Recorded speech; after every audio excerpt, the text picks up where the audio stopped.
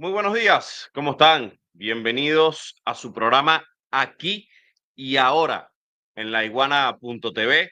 Le saluda Julio Riobó. Desde ya, usted puede participar con nosotros, @JRiobóF en Instagram, en TikTok, JR Periodista y también en mi canal en Telegram, Julio Riobó. Desde ya estamos haciendo la transmisión vía distintas plataformas en redes sociales, tanto la de la iguana.tv como la personal.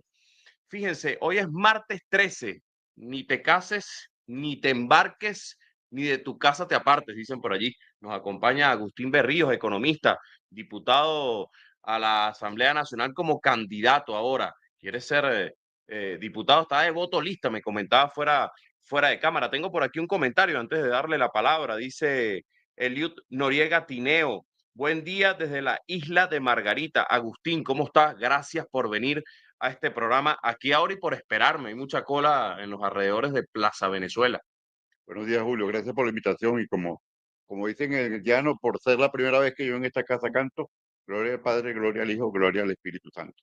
Estamos hoy de rima usted y yo. No, que es que los llaneros se les pega algo. Fíjese, yo quisiera empezar esta entrevista. Hay gente que me critica mucho y me dice, ¿por qué tú siempre tienes el teléfono en la mano? Pero bueno, de ahí tomo algunos titulares.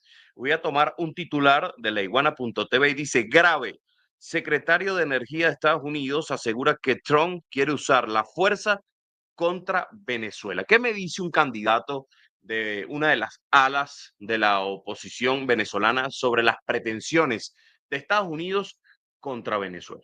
Bueno, me parece que es correcto el adjetivo que usa, es grave. O sea, es muy grave que la solución venezolana se pretenda construir por la fuerza desde el exterior. O sea, la solución de Venezuela, que es un país que tiene problemas severos, un país que se han ido 8 millones de personas donde nadie se iba, un país que donde venía gente de otras partes del mundo y hoy estamos desperdigados por el mundo.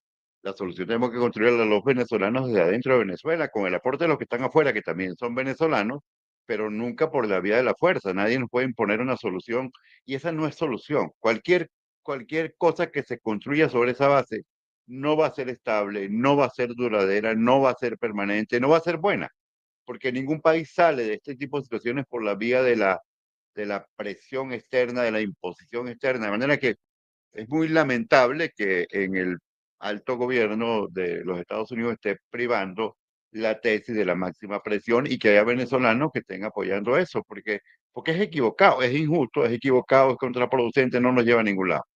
Fíjese, hay algunos analistas que dicen que eso forma parte de la política de Donald Trump, la máxima presión para luego negociar. Lo vemos ahorita, usted es economista, lo hemos visto con el tema arancelario, ya eso lo vamos a hablar, pero ¿cuánto porcentaje de arancel se le aplicó a la República Popular China para luego negociar y parece uno darse cuenta de que fue un error que cometió Donald Trump? Entonces, le pregunto, ¿eso forma parte de la política norteamericana a su juicio? La máxima presión para negociar, como lo dice Donald Trump.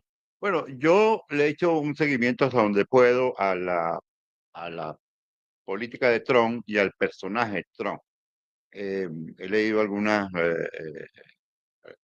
ensayos sobre su vida, he visto algunas series sobre su vida, seguí muy al día su campaña presidencial.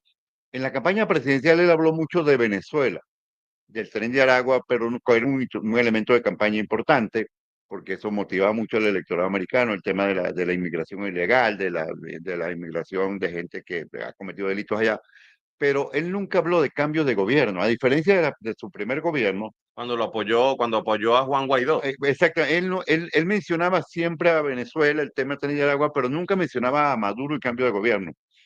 Rick Grenell, el embajador, que fue su embajador en Alemania, a quien nombró como comisionado especial para Venezuela y Corea del Norte y países con situaciones parecidas, dijo en una entrevista después que estuvo en Venezuela, que yo entiendo que estuvo un par de veces, dijo que en la mente de Trump no estaba el cambio de gobierno en Venezuela, sino algún tipo de entendimiento para un cambio gradual en Venezuela como debería ser. Ahora, de manera que a mí, cuando Trump hizo este giro sorpresivo hace unas semanas, que emitió ese decreto de retoma de las presiones máximas, etcétera, a mí me sorprendió. Ahora, todos quienes han estudiado a Trump dicen que es un gran dealer, es un hombre de acuerdos, que tiene una técnica para llegar a acuerdos. Uno impone la narrativa, apuesta al máximo y luego tranza. Es un hombre que le gustan los acuerdos, le gustan que cumple los acuerdos y le gusta que le cumplan, que cuando no llega a acuerdos toma acciones fuertes. Ahora, yo creo que en el caso de Venezuela la posibilidad de un acuerdo no está cerrada y yo creo, le hago seguimiento también a cómo ha reaccionado el gobierno con el presidente Maduro, Diosdado Cabello, Jorge Rodríguez, que es el negociador del gobierno, y yo creo que el gobierno venezolano también ha mantenido un autocontrol, una cautela, no se ha desbocado en adjetivos, ha reaccionado con fuerza, pero digamos, manteniendo siempre la puerta abierta al diálogo. Por ejemplo, un tema tan crucial como el tema del regreso de los venezolanos que están Ya vamos a hablar de eso también. que están ilegalmente allá, se ha mantenido, los vuelos se han mantenido, incluso esta semana entiendo que llegaron vuelos directos de los Estados Unidos de aviones con Sí, matrícula. siempre han llegado directo, Pero, porque a veces hacen una escala que sí en México y en Honduras, si no me equivoco. pero este era un vuelo incluso directo de aviones con matrícula americana. Sí, sí, han llegado directo, sí ha Entonces, pasado. a mí me parece que, digamos, la posibilidad de un acuerdo en materia de inmigración, en materia petrolera, en materia de droga y una normalización de la relación con Estados Unidos, no solamente es posible, yo creo que es inevitable. Yo creo que Venezuela y Estados Unidos no tienen otra alternativa que entenderse sobre la base. Está bien, pero también hay que pensar en un extremo de algunos factores de la política que no le interesa la negociación, sino le interesa es derrocar al gobierno venezolano. Y usted sabe que eso pasa. Está allí María Corina Machado, Leopoldo López, Juan Guaidó, Carlos Vecchio, Julio Borges. Ellos están al frente no de una negociación, están al frente para tumbar al gobierno venezolano. Eso es una realidad. Y buscan a fuerzas extranjeras, en este caso a Donald Trump, para que lo haga. Pero yo no creo que en los Estados Unidos hay ningún tipo de simpatía por ninguna operación militar sobre Venezuela y sobre ningún Pero hay país. simpatía por esa extrema oposición venezolana. Bueno, hasta donde yo sé o hasta donde yo creo, no, porque yo creo que Trump experimentó el desengaño de lidiar y entenderse y apoyar a esa oposición y el resultado no fue bueno. Eh, yo, Cuando yo, apoyaron a Juan Guaidó. yo creo que Trump está escarmentado de lo que pasó con Venezuela. Y creo que por eso sus primeras señales fueron de entendimiento. No es cualquier cosa que Trump haya enviado a su enviado personal a Caracas, se ha reunido en Miraflores con el presidente Maduro, haya regresado con unos americanos que estaban detenidos aquí, 6. con seis, y además en ese momento Trump lo vi bajarse de un avión en Estados Unidos y darle las gracias al gobierno venezolano. Ahora, ¿qué pasó en el medio? Bueno, pasó que hubo una rebelión de unos parlamentarios de Florida en una votación crucial de la Cámara de Representantes, etcétera, y probablemente Trump decidió, digamos, presionar con fuerza para llegar a un entendimiento. Yo creo firmemente que esa puerta está abierta y además creo que no hay alternativa. O sea, es decir, no hay ninguna manera de que el gobierno americano produzca un cambio de régimen en Venezuela por la vía de la fuerza. Yo no lo veo. Yo creo que incluso el país frente a eso se unifica. Uno tiene diferencias, yo tengo diferencias de fondo con el gobierno. Yo he luchado por un cambio político en Venezuela. Es decir, yo luché porque esto no llegara al poder antes de que llegara.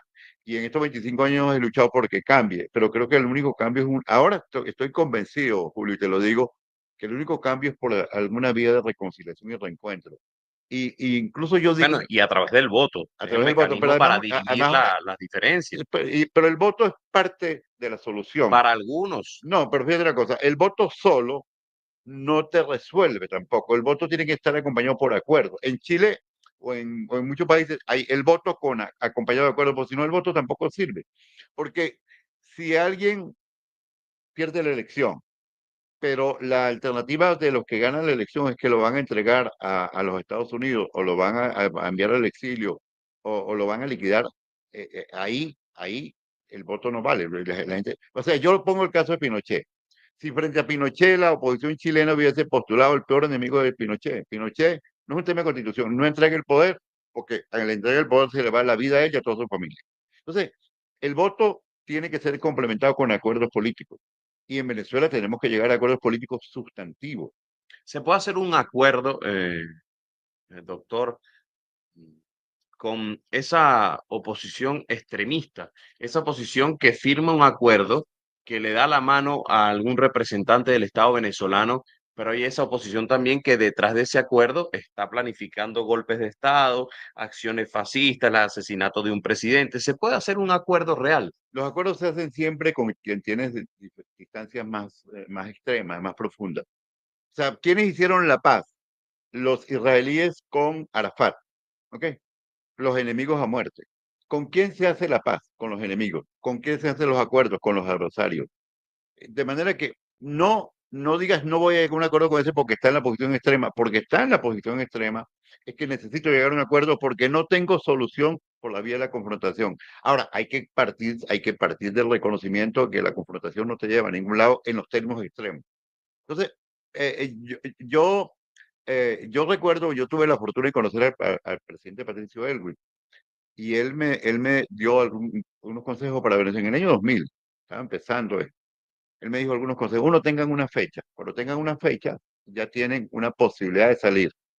Una vez que tengan una fecha, tiendan puentes y lleguen a acuerdos. Y mientras más extremo el puente, sea el puente, mucho mejor. De manera que no descartes nunca, nunca, nunca negociar con los extremos. Además, a quien hay que reducir es a los extremos y a veces hay que apartar a los extremos. O sea, los chilenos, a mí me contaban ellos, ¿Quiénes apartaría usted en una posible negociación para conciliar en paz de un diálogo? todo ¿Quiénes el que, apartaría? todo el que no cree en la negociación, déjalo al margen, no cree déjalo al margen.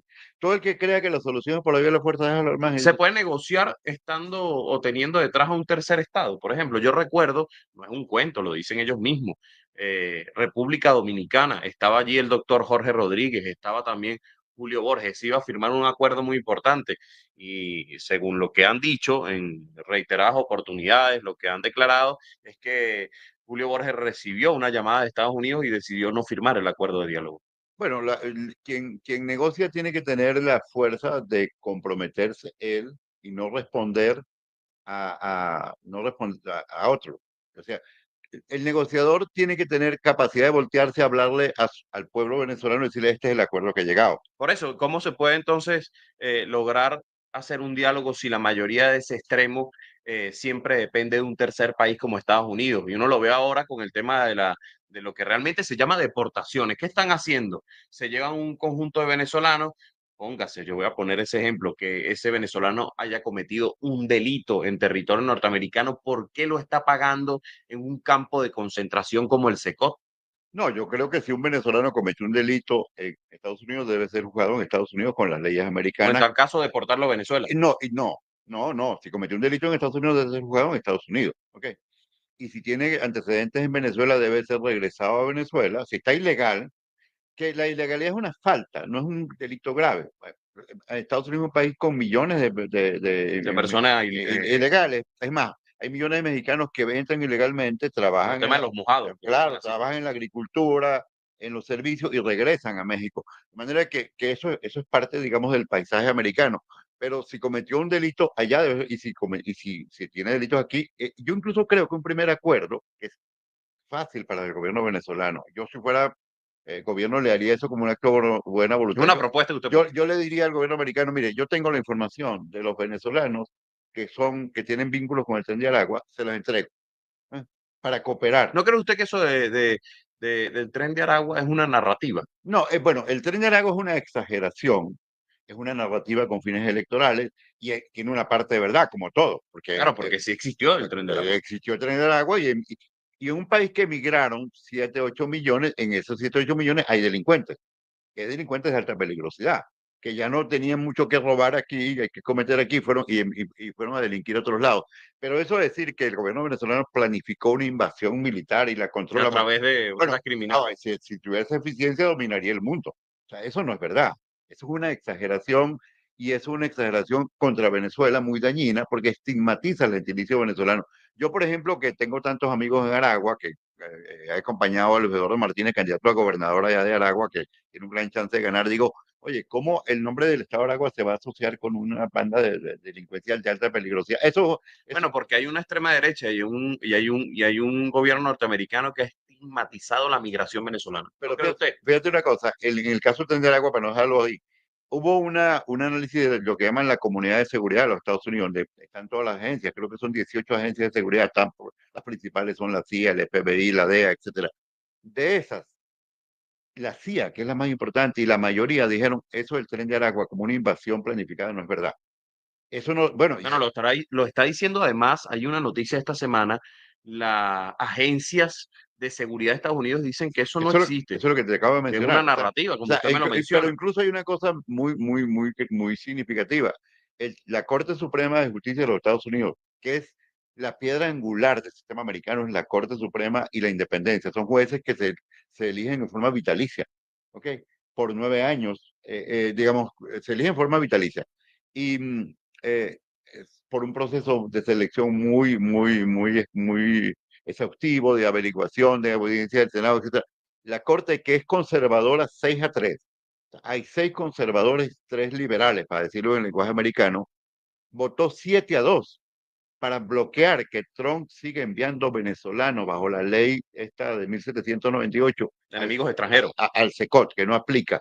Ahora, para que 7-2 hayan votado, quiere decir que 4 jueces conservadores se alinearon con esta Pero posición. Donald Trump no le hace caso a eso, No, no no, sí, importa no, lo que decida un no, juez. no, no, no, tiene que hacerlo, pero una orden Yo no. no sé si usted vio la noticia, hay alguien, una jueza que se opuso a una deportación de un grupo de venezolanos y de inmediato la metieron presa. Bueno, no conozco los detalles porque esa fue la cosa de estar Bueno, pero protegiendo. usted debe haber recordado el momento que llegan el primer grupo de venezolanos al SECOT. Y es además algo conocido por Donald Trump. El avión cuando estaba en el aire se dio allí una declaración de un juez muy importante en Estados Unidos. Ya no recuerdo su nombre, pero estando el avión en el aire, ¿qué hizo Donald Trump? Atacó al juez. Eso se ha dado y el juez todavía se mantiene en esa batalla contra el gobierno de Estados Unidos. ¿Por qué el gobierno de Estados Unidos no le hace caso a las decisiones jurídicas que se toman en ese mismo país? No, yo creo que en Estados Unidos es un país de leyes. En Estados Unidos se van a imponer los jueces en ese caso. Pero no Aquí, parece, porque ¿cómo no, están no, tratando no, a los pero venezolanos? no, Se puede llamar un país de leyes cuando siguen y siguen deportando, porque esta historia usted nada más lo está escuchando de los venezolanos, pero también está pasando con otras nacionalidades. no, pero yo te voy a decir una cosa. Yo estudié en los Estados Unidos, le agradezco la vida de haber estudiado en Estados Unidos. En Estados Unidos, el presidente Trump no se puede imponer sobre el sistema judicial. Bueno, pero se está No, imponiendo. no, ¿Cuántos venezolanos han mandado al SECO? ¿Cuántos han mandado? pero te voy a decir Si una usted cosa. me dice que es un país de leyes, yo tengo que refutarle eso. ¿Por qué se irrespeta al venezolano y se le manda casi que secuestrado? Porque ese es el término Mira, al Salvador. Eso es respetar las leyes de la no, República. pero te voy a decir una cosa. No. Cuando un país es un país de leyes, no quiere decir que todo el mundo las respeta. Ah, bueno, pero es el presidente No, del país. pero espérate un poquito. Trump estuvo 4 años de oposición sometido a todo tipo de juicios y logró sobreponerse a todos ellos en los estrados judiciales y logró ganar la elección a pesar de eso. Y Trump no tiene más alternativa que acatar la sentencia, que es una decisión, digamos, Pero no lo provisional. está haciendo. En el caso de enviar venezolanos a- bajo esa ley, no lo está haciendo más, no lo puede hacer más. O sea, después que la Corte Suprema dijo eso, no lo puede hacer, no lo ha hecho. No lo puede hacer. ¿No? Mira, en Estados Unidos, Pero yo le estoy diciendo un ejemplo, yo le estoy dando un ejemplo. El día, eso fue hace como 2 meses, bueno, no recuerdo, el día que se tomó la decisión, un juez dijo, es inconstitucional, por utilizar un bueno, término, que se envíe a un venezolano a El Salvador. bueno, ¿Cuántos enviaron luego? 17, no, yo pero recuerdo. lo que quiero decirte es que a propósito de ese acto, de que los venezolanos estaban volando a El Salvador y el juez dio la orden de regresar el avión y no lo hicieron y adujeron razones de seguridad, lo que sea. Pero ahí desacataron la orden del juez. No, pero 20 días después mandaron 17. Escúchame, pero a propósito de eso, hubo la apelación a la Corte Suprema y la Corte dijo por 7-2, eso no se puede hacer. Después que la Corte dijo no lo pueden Mandaron hacer. 17.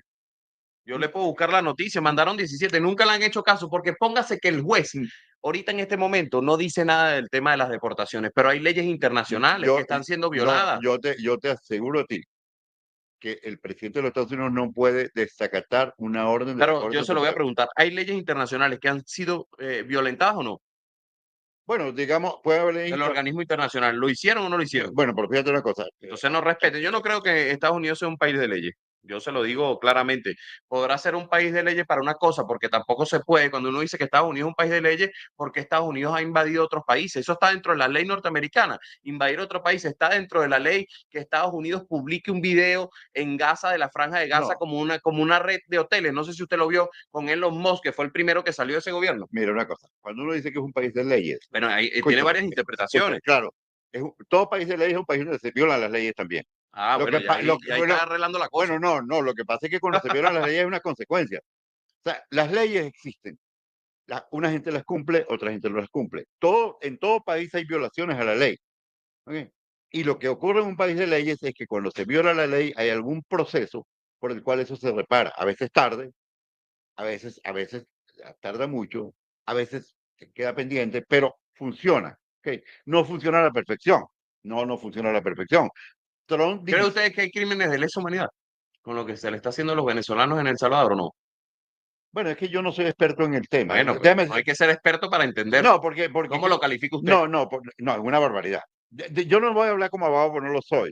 Yo tampoco. Escúchame, crimen de lesa humanidad tiene unas especificaciones jurídicas, Bueno, ¿cómo lo califica usted, pues? no como una atrocidad, como una cosa Una inhumana, como barbarie. una barbarie, Por ejemplo, el caso de Mike Kelly, ¿cómo lo evalúa usted? como una cosa bárbara. Que hayan separado a No, la madre una cosa y al bárbara. padre Bueno, fíjate, yo te puedo dar una opinión política, no jurídica, político. humana, una cosa inhumana, una cosa absurda, una cosa muy condenable, una cosa muy repudiable. Y una cosa que creo, el argumento de que si la madre y el padre son delincuentes, eso no le da derecho a nadie a quitarle el hijo. Porque primero no hay ningún juez que haya dicho eso, hasta donde yo sé. Pero aunque fuera así, es que, digamos, cuando la gente que comete delito, cualquier delito, no pierde el derecho a tener un... Ahora, cuando hay un problema sobre... Ahí las leyes protegen al niño, entonces hay unas disputas. Entonces el niño lo toma la abuela, o lo toma la tía, o lo toma el hermano. ¿Ok? Y el Estado Bueno, se lo dieron a una familia, es lo que tengo. Ellos le llaman pero familia protectora. yo no conozco los detalles, pero como fue que vaya a subir al avión con su hija y se la arranquen de las manos, es una atrocidad. Y no hay manera de justificar eso. No hay manera de justificar eso. Y creo que ningún juez lo haría. Bien, es lo que yo creo. Ahora, no, lo que es crimen de lesa humanidad tiene unas especificaciones jurídicas. Cuando es no sé qué reiterado, cuando es contra Pero la usted sabe que población. uno escucha las historias. Yo tuve la oportunidad en liguana.tv de entrevistar, y siempre lo digo en este programa, a un muchacho que era cantante, que tenía un proyecto en Estados Unidos. Yo entrevisté a su esposa, que vive en Chile, ambos migrantes venezolanos. Y me dice, bueno, él fue un proyecto, y bueno, cuando llegó a los Estados Unidos tuvo 3 meses, trabajó ahí y ahora está en el SECOT. Yo siempre reviso las historias de esta muchacha. El apellido de este joven es Suárez, siempre lo reviso y me di cuenta que Nayib Bukele hasta la bloqueó porque ella le escribe casi que todos los días por su esposo, porque cuando él viajó a Estados Unidos estaba embarazada ella, o sea que nació la niña y él no la conoce personalmente. Él No, estaba haciendo... no, Julio, Bueno, pero fíjese, son parte de las historias. ¿Qué siente Agustín Berrío, doctor, economista, cuando escucha o ve estas historias? no, Porque a todos lo han calificado del tren de Aragua. Usted, el papá de esta muchacha, de Maikelis Espinosa, cuando uno lee la declaración del Departamento de Estado, que no es cualquier cosa, es una declaración oficial, no lo dijo Donald Trump, que es como si lo dijese, ¿no? Pero lo dice el Departamento de Estado, ponen que el muchacho, el papá de la niña, es teniente del tren de Aragua, le ponen un cargo hasta militar. Entonces son aberraciones no, jurídicas a lo que mira, se ha hecho, mira, yo lo que siento de por lo que eso, usted dice que respetan un país de ley. no, yo lo que siento es indignación por eso, como venezolano, y lo que yo pienso es que ojalá que el gobierno, en medio de la indignación, tenga el aplomo de saber que esto no lo resolvemos escalando el lenguaje nuestro, inventándole por Yo no ejemplo, lo a he la visto, Trump. yo ese lenguaje, como usted dice, se han cuidado mucho las maneras y las formas. Yo veía ayer al presidente desde muy cerca en su programa con Maduro Más y el presidente lo que decía es que exigía respeto a Estados Unidos. Ok, a mí me Nunca lo parece, vi bueno, atacando a no, Donald Trump ni yo nada. creo que lo he hecho bien, yo creo que hay que preservarlo por lo siguiente, Julio, porque hay gente que le interesa que se radicalice de ambos lados el lenguaje y se escale el ¿Para qué? conflicto. A ver, Bueno, no sé para qué, para esperar una solución milagrosa, el sprint, cualquiera de esas aventuras. Ahora, ¿quiénes pagan las consecuencias de la radicalización? Los venezolanos allá, porque son estigmatizados, no tienen defensa. ¿Ah? están en una situación de angustia, e Bueno, no incertidumbre. recuerda lo del paro Y bueno, humanitario, ok, que es eso. ok, y los venezolanos acá, que pagamos las consecuencias de las sanciones, porque las sanciones no son, vamos, tú Usted no sancionas, está de acuerdo con las pero sanciones, en absoluto. pero usted viene de un partido que sí estaba de acuerdo, Bueno, pero como COPEI, ¿ah? yo lo que creo, Julio, es que tú tienes que darle a la gente el derecho de reflexionar con el tiempo, de rectificar, de Usted aprender. rectificó, Absolutamente. O sea, porque ¿cómo que se llama el secretario de COPEI? Bueno, apoya a la extrema no, derecha pero yo tengo, no, abiertamente. no, no, no, yo fui dirigente de Copey y dejé de ser dirigente de Copey hace ¿Hace mucho. cuánto, más o menos? Yo fui dirigente de Copey hasta el año 2010, que fui Bueno, candidato. pero en el año 2010 ya habían algunos Bueno, llamados pero a... yo te voy a decir una cosa. Chávez intentó un golpe de Estado. Lo llaman rebelión, pero fue un golpe de Estado. O sea, tomó las armas para tomar el poder. Y unos años después tomó la vía electoral. Tú le puedes decir, pues, como tú tomaste las armas, tú no puedes competir electoralmente. No. O sea, por esa vía, Pablo, que es uno de los grandes apóstoles, se convierte en, en, en, en un momento de, tiene una epifanía y se convierte. Bueno, O pero sea, uno debe reconocer los errores, ¿no? no, lo que te quiero decir, lo que creo es que es muy importante, la única manera de que este país se encamine es que tengamos capacidad de rectificar y de perdonar. Ahora, el perdón no es una cosa automática. Ah, yo cambié y me perdona. No, los que somos católicos aprendimos el catecismo que el perdón es a través de un proceso que empieza por acto de contrición, de arrepentimiento, dolor de corazón, propósito de enmienda, pagar la penitencia y luego viene el perdón. O sea, no es automático. Porque si no, Hay que el dar perdón pasos automático. certeros en eso. No, pero sí, sí creo, Julio, y te lo digo a ti que tienes un programa en un que se ve y que eres una voz importante del lado del gobierno, que es muy importante tener capacidad de, digamos, alguien que tuvo una conducta, reconocer si tiene capacidad de cambiar. Por ejemplo, Por ejemplo, pongamos un caso sin ir muy lejos. Enrique Capriles, ahora candidato, como voto lista, o sea que usted está, no sé si lo apoya, pero usted está no, también, estamos compitiendo los dos. están Él encabeza compitiendo, una así como lista, está compitiendo también Caracas él Lista Nacional encabeza del la doctor lista Jorge. de esta tarjeta y yo encabezo la lista del Conde. Por eso, entonces está ahí, voy a hablarle de otros, por ejemplo, está él, está Tomás Guanipa, ¿verdad? Enrique Capriles, Tomás Guanipa, gente que uno sabe sus historias. Y también está ahí Juan Requesén, no es cualquier niño de pecho, lo diría yo, Juan Requesén, ¿Eh? quien planificó, quien estuvo detenido por planificar acciones terroristas contra la República y trató de ingresar unos drones a este país para asesinar al presidente muy cerca de aquí, en la Avenida Bolívar. ¿Usted está de acuerdo que esa gente que nunca, en muchos momentos o nunca ha reconocido el Consejo Nacional Electoral, hoy se inscriban ante una elección? Yo estoy de acuerdo en tanto, cuando se inscribió Capriles, yo hice un mensaje de Confederación Democrática. Del Bienvenido, Partido del Conde, yo lo hice como director político. Bienvenido Capriles a la contienda. a la contienda. Y asumimos que su participación ahora significa un reconocimiento del árbitro, porque nosotros pagamos un precio muy alto, Confederación Democrática, por sacar un comunicado la noche del 28 para el Ah, sí, 29. que lo leyó Benjamín, Benjamín Rausset y lo atacaron. nos atacaron, pero nosotros dijimos lo que habíamos dicho en la campaña, nosotros vamos a reconocer lo que diga el Y que árbitro. habían firmado, además. Pues claro, porque tú cuando entras a esta contienda entras con unas reglas y con un árbitro, y tú te sometes a esas reglas y a ese árbitro.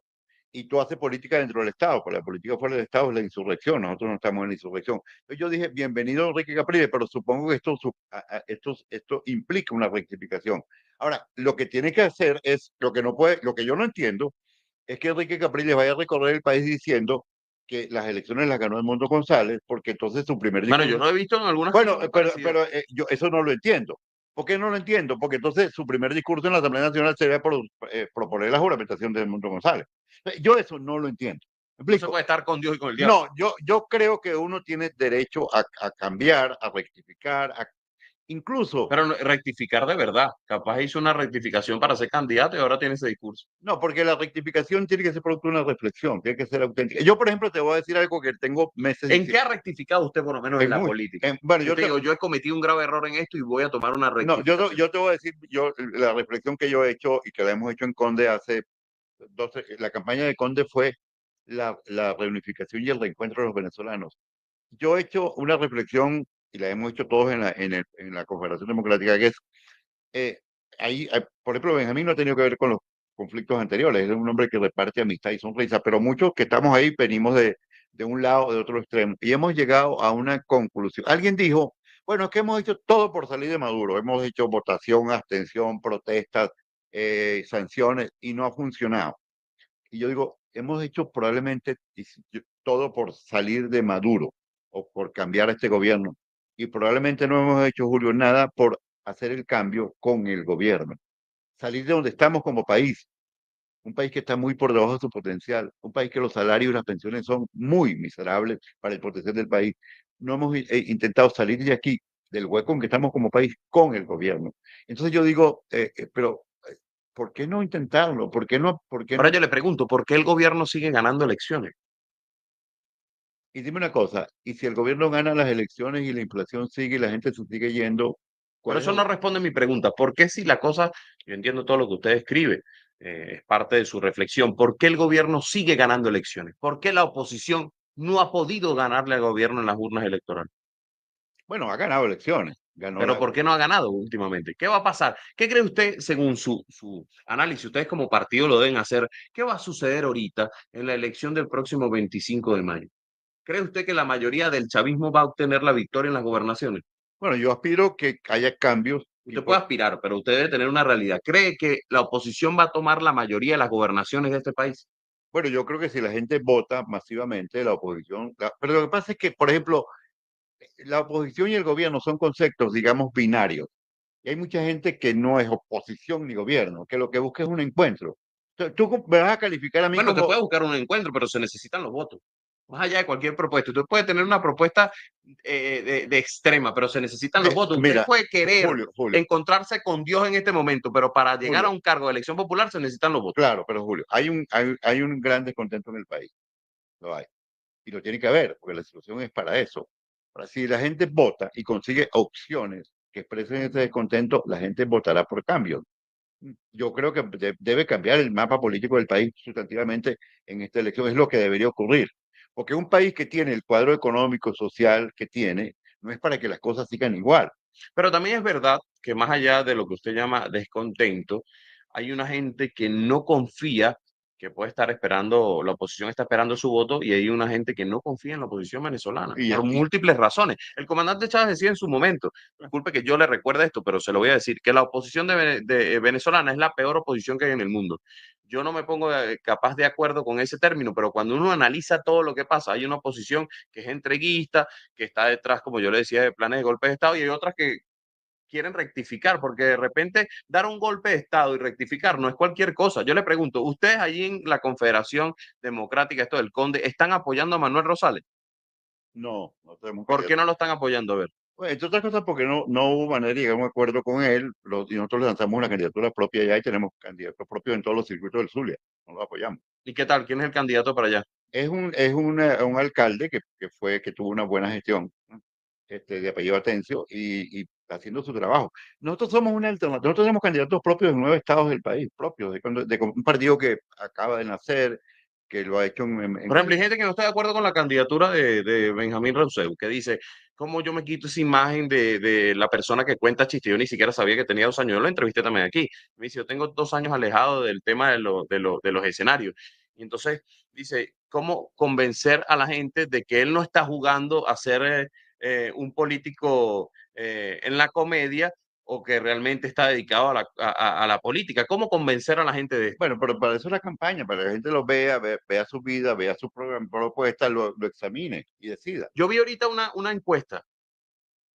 No sé qué opina usted de las encuestas, doctor, pero yo la vi y sale de primero Luis José Marcano, de primero como uno de lo que posiblemente podría obtener a su reelección o la gobernación, nuevamente Luis José Marcano. De segundo sale alguien de apellido, es de Fuerza Vecinal, no recuerdo ahorita el nombre, ya lo voy a buscar, pero cuando uno ve que aparece ese nombre, pues aparece Benjamín. Benjamín no parece tener los números para ser gobernador.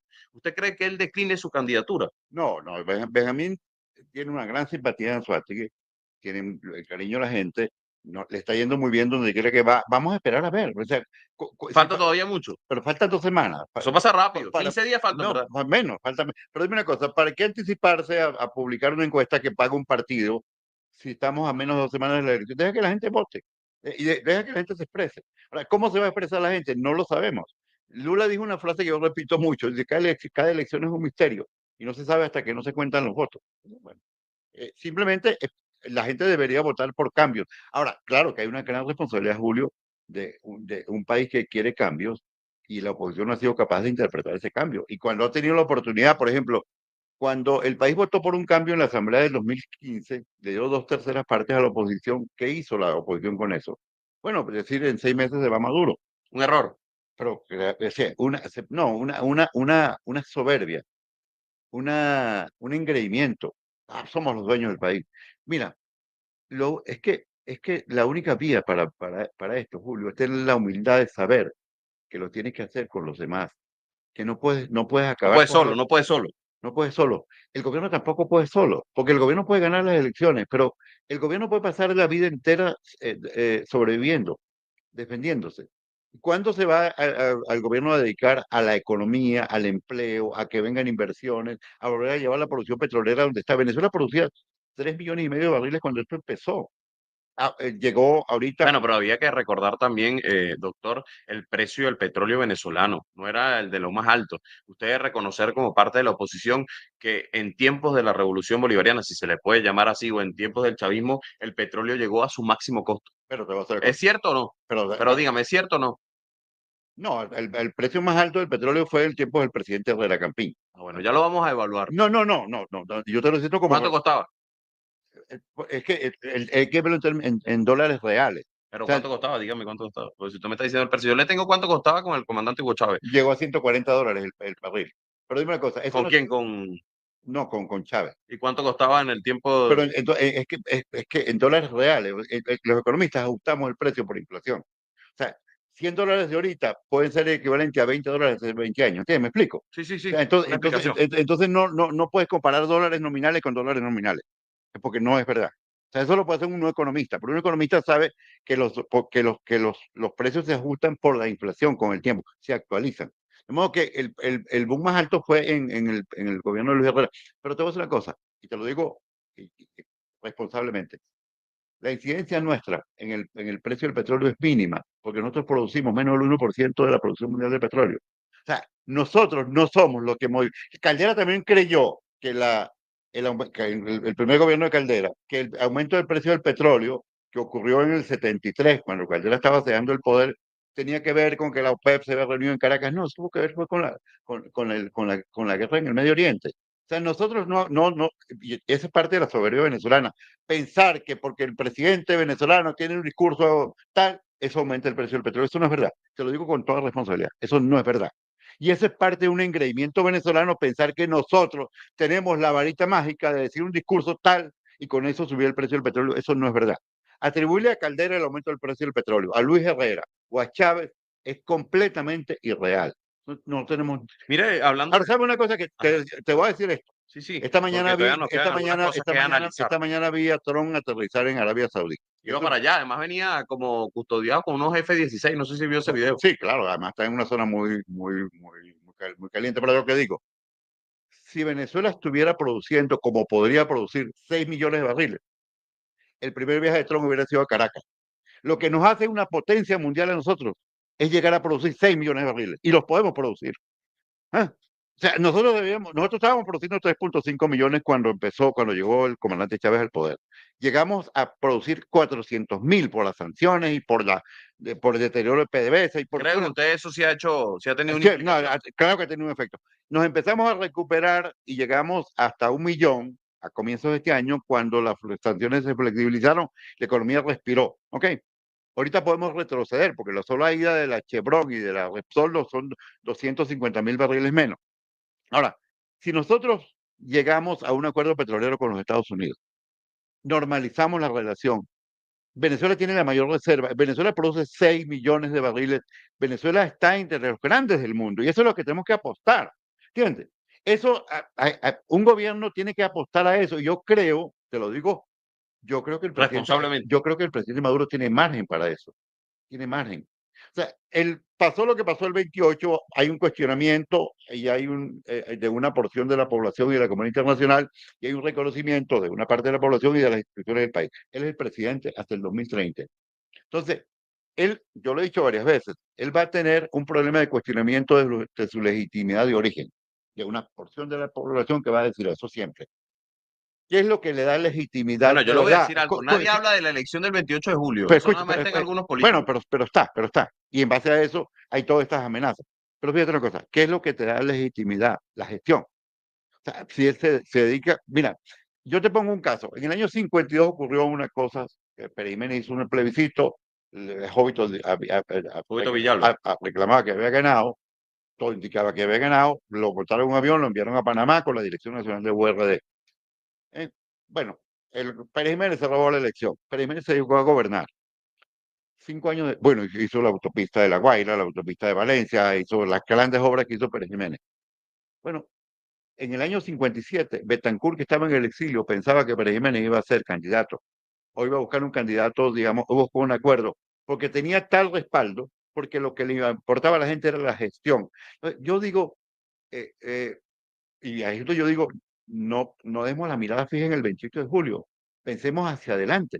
Pensamos cómo el gobierno se dedica a la economía. La economía está primero que la política. Y la economía puede mejorar sin que haya cambio Más allá de político. que existe un sector que está cerrado todavía en el 28 y que no sale de allí. Pero el gobierno no se puede. Enrique Márquez uno. Pero te voy a decir una cosa, pero el gobierno no se puede centrar en ese sector. Yo incluso veo que los medios del gobierno le dedican tanto tiempo a ese sector, tanto. O sea, incluso a veces digo, quienes lo mantienen vivo aquí en el debate son ellos. Claro, pero también uno tiene que, usted me lo decía, defenderse, pero es una narrativa que ha generado muchos problemas, porque usted me habla de Estados Unidos, por Pero la ejemplo. mejor defensa de Maduro es gobernar. No, claro, La está bien. mejor defensa de Maduro es que crezca el empleo. La mejor defensa de No, Maduro claro, es que venga la inversión y extranjera. se reconoce, pero yo le preguntaría a usted como parte de la oposición, en torno a los temas que hemos conversado. ¿Qué pasa con ese sector extremista que celebra que a Venezuela no le compren más petróleo? ¿Qué pasa con ese sector extremista que celebra que hayan 250 venezolanos en el Déjalo ahí, seco? déjalo ahí, déjalo ahí, déjalo ahí. O sea, ocúpate de lo tuyo. Déjalo ahí. O sea, ¿por qué tienes que ocuparte tú? Esta señora está. Pero, por ejemplo, ¿usted cree que Escucha, el pedido de que Chevron se fuera de Venezuela fue una decisión solamente del gobierno norteamericano?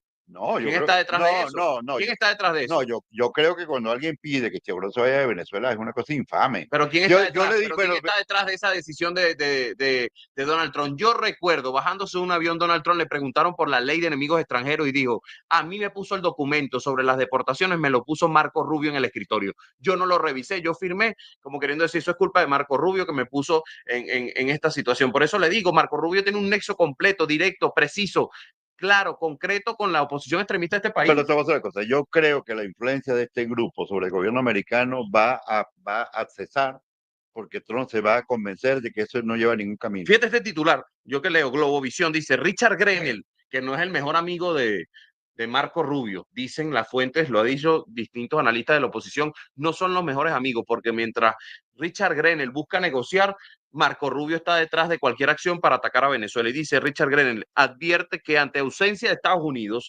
China trabaja en refinería venezolana Cardón para dejarla 100% operativa. Bueno, acaba de mencionar a Richard Grenell. Es una persona muy cercana al presidente Trump. Lo encargó del tema Venezuela. Vino a Venezuela, resolvió. Trump hizo un giro, pero Grenell no está destituido. Grenell está ahí. Sí, sí, Eso está está en allí. stand-by. Yo creo que lo que corresponde aquí es tener un gran aplomo y preservar ese puente. Y yo incluso creo que la comunicación entre el gobierno de Venezuela y el gobierno de Estados Unidos no se ha interrumpido. No, ya eso también lo vamos a conversar ahora, porque esos mismos que inventan la narrativa del Tren de Aragua, doctor, quiero preguntarle por esta narrativa también que quiso introducir en la opinión pública, porque hay narrativa de lado y lado, alguien me decía, de extremo a extremo hay narrativa, pero yo me acuerdo que la opinión pública quisieron burlarla, la extrema derecha, cuando hablaron de que esto de la embajada de Argentina, no sé si usted lo leyó, ellos dicen que hubo una extracción perfecta de funcionarios norteamericanos que entraron a este país, fueron a la embajada de Argentina y se llevaron a todo el mundo y están en Estados Unidos. ¿Usted cree que no hubo una negociación? La verdad que no tengo idea. Mira, lo he pensado de mil maneras. No tengo idea. ¿Pero cree realmente que fue una extracción del gobierno Puede ser una norteamericano? combinación de una negociación con una extracción. Puede ser una combinación. No lo sé. cualquier No, cosa que... va a entrar un avión de Ah, no, Estados no, Unidos. no, no. Aquí se van a bajar 6 mercenarios, van a ir a la embajada de Argentina. Dije, acompáñenme, Magali Meda, No, acompáñenme tal. Y se los van a llevar en un avión. Y resulta no, que después muestran a la mamá de María Corina en el pasaporte el día que se iba. Le muestran ahí cómo le ficharon el pasaporte, su cédula, su nombre completo. bueno, Entonces, es pero parte dime de una una cosa, narrativa, pero hay gente que se ha una fugado de la casa. extracción perfecta. No, hay gente que se ha Pero no es una fugado. extracción perfecta. Bueno, se fugó, como yo recuerdo, ¿cómo que se llama el de la CTV? Ortega. ¿Usted se acuerda de esa Sí, claro, historia? claro, De Ortega, Simonovi, también hay historias de historias. claro, Leopoldo López, el día del 30 de claro. abril del año 2019, Ledesma. de Ledesma, bueno, pero no que una extracción perfecta. Es el mismo caso, esta narrativa es el mismo caso. Cuando el Mundo González Urrutia le preguntaron si había una negociación y dijo que no. Pero, Y yo le pregunto, ¿cómo llega aquí un avión de la Fuerza Aérea Española a llevarse a... dime una cosa. Y yo creo, si se fugaron, digamos, se fugaron con alguna ayuda externa, pues si para Sí, sí, sí, lo fugarse más seguro. siempre necesita ayuda. Eso es normal. Todo preso busca fugarse. Ahora, eso fue una operación de la CIA. A mí no me suena. Y te voy a decir una cosa, si fuera una operación de la CIA, en Venezuela sería una violación del territorio muy grave y obligaría al gobierno venezolano a reaccionar de Claro, manera además muy... yo le pregunté Claro, a Mercedes Malavé y me dijo, no, tiene que haber habido una negociación. Es imposible que eso suceda, que vengan unos mercenarios para acá a llevarse una gente de una embajada. yo la tesis de unos mercenarios, una operación, esa no la creo. Por eso Pero no lo sé, porque te puedo decir una cosa, la primera víctima de estos conflictos es la verdad. es Y la que la, más sufre. no, porque el primer caído de toda guerra es la verdad, porque cada quien dice su narrativa sin importarle la verdad. Ahora, tú estás en un programa de televisión, te importa mucho la narrativa, pero yo creo que lo importante son los hechos y el aplomo del gobierno en mantener el objetivo de un entendimiento con los Estados Unidos. Yo creo que eso es crucial. Debe estar, mantenerse. Debe mantenerse porque, entre otras cosas, yo creo que Venezuela y los Estados Unidos no tienen más alternativa que entenderse. O sea, Venezuela y Estados Unidos Más no allá de tienen, las diferencias.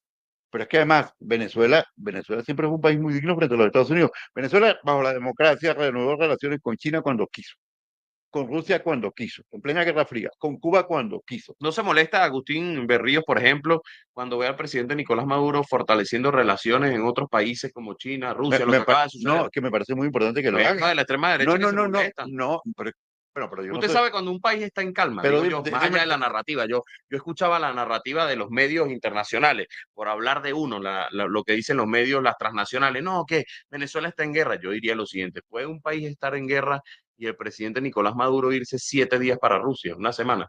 sí, Son pero cosas que se caen no, por sí solas. a mí me contenta que el presidente vaya a Rusia, a mí me contenta que Venezuela abra relaciones con China, el mayor intercambio con China, es la segunda economía del mundo, puede ser la primera economía del mundo en un cierto tiempo. O sea, eso está en el interés de Venezuela. Venezuela tiene que abrir todos los mercados posibles. Ahora, el mercado prevalente para nosotros, para nuestro petróleo, es el mercado americano. El primer consumidor del mundo de petróleo fue con quien aprendimos a Es producir mentira entonces petróleo. cuando Donald Trump dijo que no necesitaba el petróleo venezolano. Es parte de un discurso Pero, airado. pero, pero suponte que Estados Unidos no lo necesita porque está produciendo suficiente y está exportando. Pero necesita que haya producción venezolana porque Venezuela tiene la principal reserva y porque a Estados Unidos le convienen los precios del petróleo bajos. No tan bajos como para que no se produzca el petróleo de esquisto, el de fracking, pero a un precio, digamos, por encima de $70, $80 para que sea rentable el negocio del fracking, pero para que la economía del mundo respire. Entonces, claro que le interesa el petróleo venezolano, a lo mejor no para el mercado mundial. O sea, ahora, Trump, ese es el lenguaje de Trump. Ahora, lo importante es que el gobierno americano, el gobierno venezolano, no se está guiando este lenguaje rimbombante de Trump, sino por los hechos. Y a nosotros nos interesa como país la normalización con los Estados Unidos y a esto debemos apostar. ¿Cuáles son las propuestas? Porque yo creo que no hemos encadenado mucho. Alguien me pone por aquí. Ese señor es candidato a representante al Congreso de Estados Unidos porque la entrevista se ha ido de todo toda en ese tema. Bueno, vamos a corregirlo, tenemos tiempo para hacerlo. Y yo le preguntaría a usted, habla Luis Eduardo Martínez de que se debe firmar un acuerdo en el Consejo Nacional Electoral, los más de 6.000 candidatos, si no me equivoco, usted me puede corregir, deben firmar un acuerdo de reconocimiento de resultados. ¿Usted está de acuerdo con esa propuesta? Yo estoy de acuerdo con eso y estoy de acuerdo con que firmamos todos un acuerdo. Nosotros lo propusimos, un acuerdo de rechazo a las sanciones, a todo tipo de sanciones por parte de los Estados Unidos y de reclamo de la normalización de las relaciones entre Estados Unidos y Venezuela sobre la base del respeto Un acuerdo. sobre la base del respeto de dos naciones soberanas, ambas soberanas. Estados Unidos puede ser la primera potencia militar del mundo, puede ser la primera economía del mundo, pero eso no le da ninguna superioridad en cuanto a soberanía y dignidad sobre Venezuela. Entonces nosotros debemos propender a eso. Y nosotros deberíamos mostrarle a los Estados Unidos, a Trump, al Congreso americano, a los partidos demócratas y republicanos, a los think tanks en Estados Unidos tan importantes, que Venezuela está unida en contra de las sanciones, con un lenguaje serio, no con un lenguaje agresivo ni de descalificaciones. ¿Qué Que no, opina Agustín Berrío de aquellos que piden sanciones todavía a estas alturas? me parece insólito, me parece grotesco. Me parece grotesco. O sea, las sanciones son la sufre el pueblo venezolano. Yo lo he dicho varias veces, lo he dicho en comunicados del partido, lo he dicho personalmente en entrevistas. Igual que el La- llamado a la las, invasión. las sanciones son injustas, son inmorales No tumban gobierno. Yo he escuchado eso de algunos. y no cambian, no cambian la situación política, al revés, atornillan la situación política. Entonces, son contraproducentes al objetivo del cambio político, porque el cambio político es gradual, el cambio político no es brusco, y tú con las sanciones bloqueas las negociaciones, bloqueas el proceso gradual de cambio.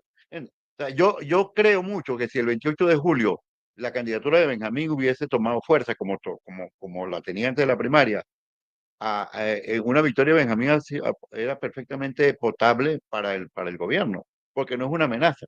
Nadie le entrega el poder, diga lo que diga la Constitución, a alguien que lo va a mandar a una prisión americana. ¿Eh? Yo soy un demócrata, pero yo en el poder no se lo entregaría a alguien que me va a entregar a los Estados Unidos. Yo soy demócrata. ¿Por qué? Porque esas son las realidades de la naturaleza humana. De estos procesos se evoluciona, se va mutando hacia cambios graduales. Y eso es lo que nosotros apostamos. Eso no es popular, eso no es popular. Esta persona dice que estamos hablando como si yo fuera candidato a los Estados Unidos. No, yo soy candidato en Venezuela. Pero yo creo que para Venezuela, para los venezolanos, es crucial una relación normal con los Estados Unidos, digna. No una relación de obsecuencia, de sumisión para nada. Una relación digna de igual a igual como país que somos. Mira, dice Salvatore Bernelli, dice, ¿cuál es su posición sobre el Esequibo? El Esequibo. Mira, cuando yo era dirigente de la Juventud Copiana hace muchos años, hace muchísimos años, yo hice una manifestación frente a la embajada inglesa en Caracas, eh, eh, con unas franelas que hicimos de la Juventud Copiana. El Esequibo es nuestro. O sea, el Esequibo es de Venezuela. Mira, hay causas que pueden unir a los venezolanos. El Esequibo es El nuestro, deporte, yo he dicho eso. pero causas políticas. El Esequibo nos puede unir. El enfrentamiento de las sanciones nos puede unir. La reconciliación nacional nos puede unir. Y la defensa de la La, la, soberanía. la defensa de la soberanía, la prioridad de la economía nos puede unir. O sea, ¿por qué no tomamos las cosas que pueden unirnos, que son muchas? Ahora, ¿quién tiene la primera responsabilidad en eso, en tomar la iniciativa? El gobierno. Porque el que tiene las cartas en la mano, el que tiene la llave de las soluciones y la apertura, es el gobierno. Y eso es lo que nosotros decimos. O sea, es decir, Yo creo que hay una disposición del Estado, para no decir gobierno, siempre a dialogar, siempre. Yo lo he escuchado al presidente Nicolás Maduro. Yo no podría repetir algo, pero sabemos que es una verdad. ¿Cuántos llamados a diálogo ha hecho el Ejecutivo Nacional? Yo diría que más de 1000 llamados al diálogo. Y está el diálogo en la Asamblea, pero entonces no van todos. Usted fue a la Asamblea Nacional, ¿verdad? sí, Pero yo no vi a la gente del Mundo González yendo a la Asamblea Nacional. Yo no vi ni siquiera, y usted lo sabe, porque si usted estaba allí, yo no estaba, pero yo siempre pregunto a mis compañeros, por así llamarlos, si les puedo llamar compañeros aparte de la oposición. Yo he entrevistado, me dedico a entrevistar a la oposición venezolana, me gusta conocer cuáles son sus posturas. Y ni siquiera ahí estaba un partido para reconocer allí a Manuel Rosales. ¿Quién fue por parte de Manuel Rosales? ¿El secretario de gobierno? Es mentira. Porque sí. Manuel Rosales no fue a eso, porque estaba fuera del país. Es una verdad. Eso no lo digo yo, eso lo dijo Miguel Ponente de Primero Venezuela en este mismo lugar donde está usted. No, debe oír, por supuesto que debe oír. Entonces, es lo que yo digo, ¿cómo confiar en un llamado al diálogo? Llamamos al diálogo, se hace eso, el chavismo llama al diálogo, entonces siguen dándole una patada a la mesa. Igual tienen que seguir Pero te llamando voy, al te diálogo. voy a decir una cosa, Julio. Uno tiene que hacer el llamado al diálogo Siempre, siempre, ¿no? y practicarlo con quienes vayan. Mira, la iglesia es la iglesia y ha durado los años que ha durado, 2000 años, porque el cura dice la misa con el monaguillo o con 5 feligreses y no, la misa no se debe decir porque la iglesia no esté llena. Claro, yo O lo sea, que siento lo que creo es que, o sea, tú yo lo crees, que siento que para hacer un diálogo no puede haber terceros. Yo se lo digo, vamos a traer el diálogo ahora en el ámbito bueno, internacional. Vamos a poner, por colocarle un ejemplo a usted, Rusia-Ucrania. ¿Qué ha dicho el señor de Ucrania que se quiere sentar con Vladimir Putin y que va a viajar a Rusia a conversar con él? a Turquía. Sí, a Turquía van a hacer el viaje porque lo está colocando receta allí Erdogan. Van a conversar allí. ¿Qué dijo hace menos de 3 días el mismo Zelensky dijo que iba a bombardear el desfile por los 80 años de la Gran Guerra Patria con drones. Y sucedió, yo vi una noticia, no sé si usted lo sabe, doctor, pero donde iba a aterrizar el presidente Nicolás Maduro en Rusia, ahí repelieron más de ataques de 40 drones explosivos en ese lugar. Y Mira, tuvo que mover pero fíjese, tuvo que moverse. Entonces, ahora ahí está el diálogo, por poner el tema del diálogo, pero siempre hay los terceros países que le hacen daño al diálogo. Ahí está, como yo le digo, Ucrania y Rusia. Pero ¿qué dijo la Unión Europea ayer?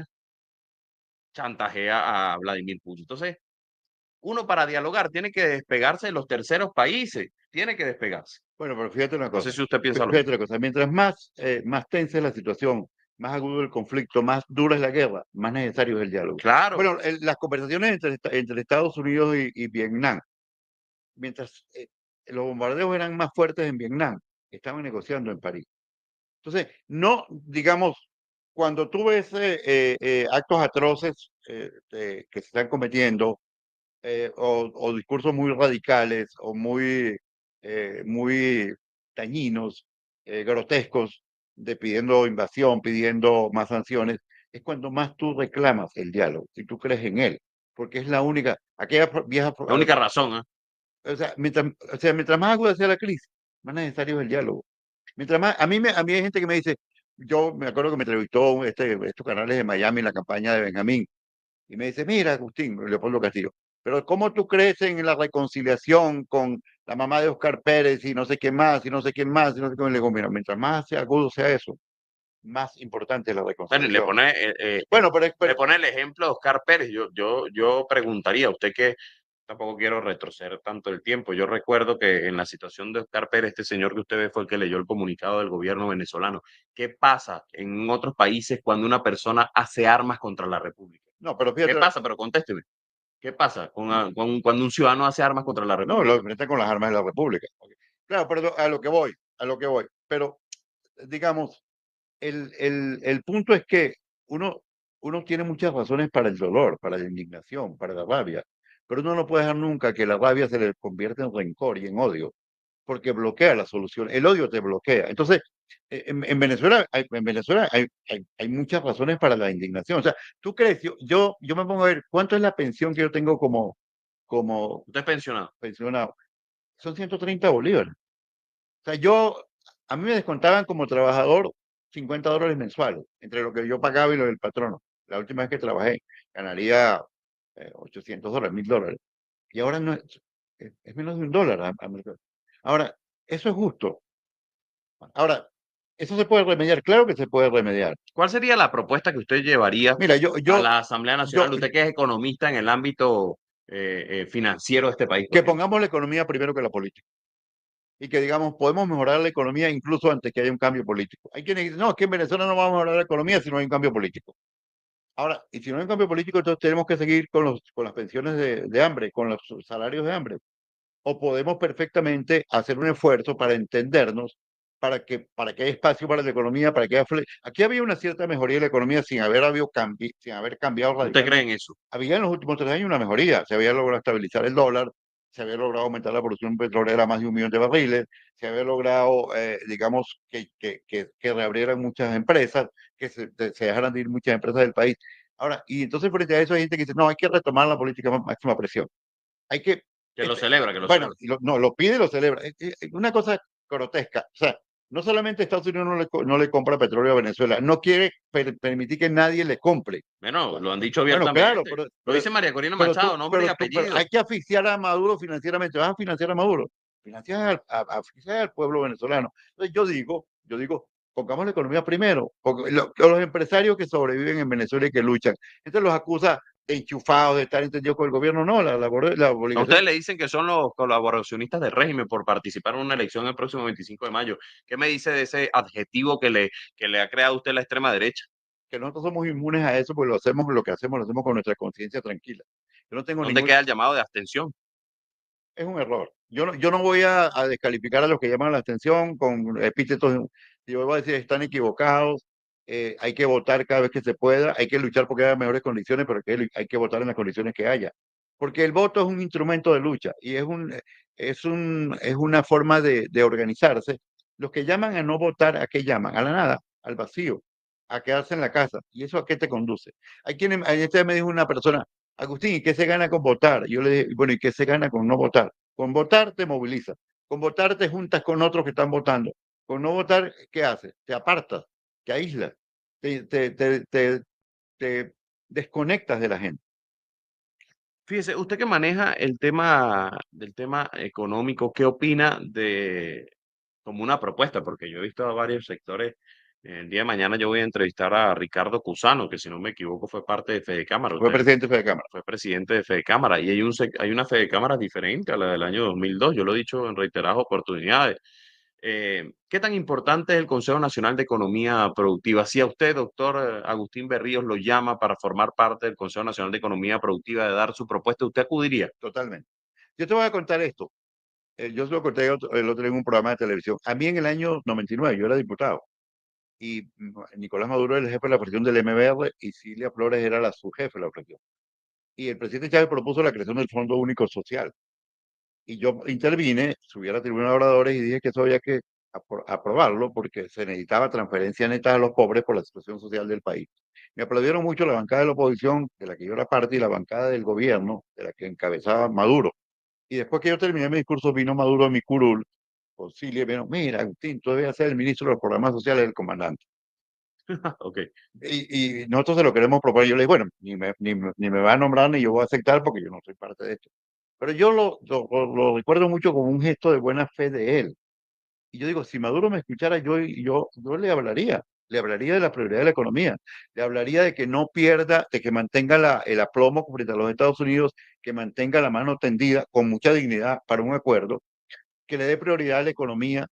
Es decir, porque yo amo, a Maduro lo he tratado 2 veces en la vida, así muy por encima, pero yo creo que es un hombre de diálogo y yo creo que es susceptible de entender esto. ¿Usted reconoce el liderazgo del presidente Nicolás Maduro? Yo reconozco que es el presidente de la República y yo Pero creo que una cosa es reconocerlo como presidente y otra cosa es reconocer que es el líder de la fuerza del chavismo en este momento. claro que lo es, claro que lo es, claro que lo es, eso no tiene ninguna duda. Pero el chavismo es una fuerza con un líder claro que es Maduro, pero plural. Ahí hay líderes importantes. Cabello es un líder muy importante, Jorge Rodríguez es un líder muy importante.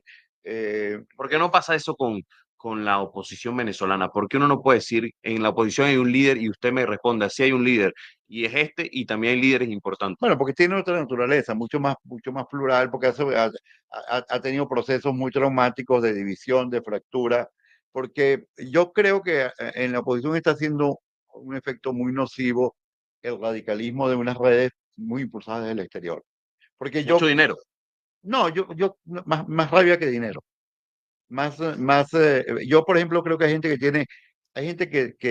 a la que la rabia se le ha convertido en rencor. El rencor es muy malo.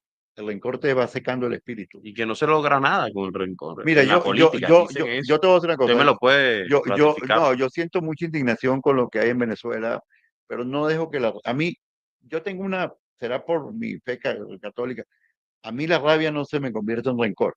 A mí no se me da el rencor. Y te voy a decir una cosa, el rencor es una cosa que te bloquea la posibilidad de construir soluciones. El rencor es una cosa muy, muy dañina. Ahora, por ejemplo, yo noto que los llamados a la atención, el 90% de los llamados a la atención son desde fuera de Venezuela. Ahora, el que está fuera de Venezuela no le importa mucho quién es el alcalde de Chacao. El que vive en Chacao sí le ¿Usted no importa. cree que hay una parte de la oposición que prefiere ser oposición que gobierno, que le va mejor siendo oposición, que gana mucho dinero con eso, como en el tema del interinato, por ejemplo, No, no lo sé. Y no. Te voy a decir una cosa. Mira, que han no, hecho de la mira, oposición un negocio? mira. Nada sustituye poder disfrutar de tu país, vivir de tu país en plenitud. Yo conozco venezolanos que están afuera, que tienen años afuera Como y, asilo, como todo, cualquier condición. y tienen dinero y dicen, mira, yo daría cualquier cosa por estar en Caracas, viendo el Ávila y comiéndome una arepa en una arepera de Caracas. O sea, yo creo que los venezolanos que están afuera también, muchos están sufriendo económicamente, porque muchos viven en condiciones muy precarias, pero los que les ha ido bien económicamente tienen una cosa que llaman dolor de patria, de patria ausente, están lejos de su país, donde están enterrados sus antepasados, donde quisieran ser enterrados ellos. Entonces, yo digo que los venezolanos que están afuera digamos, son venezolanos, pero tienen probablemente una otra sensibilidad y creen mucho en soluciones mágicas. Se vende la solución mágica, Eric Prince, no una cosa ridícula y también atroz de hace unos meses de recoger plata por ya casi Venezuela, ¿Qué opina usted que fue una de esa cosa, campaña? Que lo compró, porque hay que ser claro, esa campaña fue casi que comprada en este momento por el presidente de Ecuador, que ganó en unas cuestionadas elecciones presidenciales, Daniel Noboa, que lo contrató para llevar supuestamente la seguridad de Ecuador. Lo contrató, es una realidad. bueno, para mí me parece que creer en eso es estúpido, creo que eso es irreal, creo que es dañino, creo que eso aleja las soluciones, creo que es venderle humo a la gente, venderle ilusiones. Y además, incluso te voy a decir, si eso se llegara a hacer y fuera exitoso, suponte que se llegue a hacer una operación policial de ese tipo y sea exitosa, ¿tú crees que Venezuela es gobernable sobre la base del gobierno que se instale a partir de ahí? No, Venezuela no es gobernable. Entonces, yo en esto, esto que yo digo no es popular, no es simpático, pero yo creo que la divulgación de ese tipo de expectativas es muy negativa. Fíjese, voy a leer algunos comentarios. Dice José Pérez lo siguiente: doctor Berríos, en su partido no hay gente joven, porque tengo más de 50 años escuchando su nombre en la política. ¿Cuál partido? Él cree que yo soy el dirigente de COPEI. Bueno, no, digo, puede ser en Dime este par. José, dime una cosa, ¿y qué de malo tiene que una persona a los 74 años esté en la política luchando por su país? ¿Por qué no dice, oye, qué bueno que a esa edad estás luchando por tu país? ¿Por qué no dice, esas canas pueden ser de algo? ¿Por qué no ves mi trayectoria y dices, tienes tantos años en política y no has robado, no has cometido ningún crimen? O sea, por qué es malo tener canas? ¿Por qué es malo tener más de 30 años y estar activo en Venezuela? ¿Por qué es malo servirle al país a cualquier edad? ¿Qué edad tiene Trump?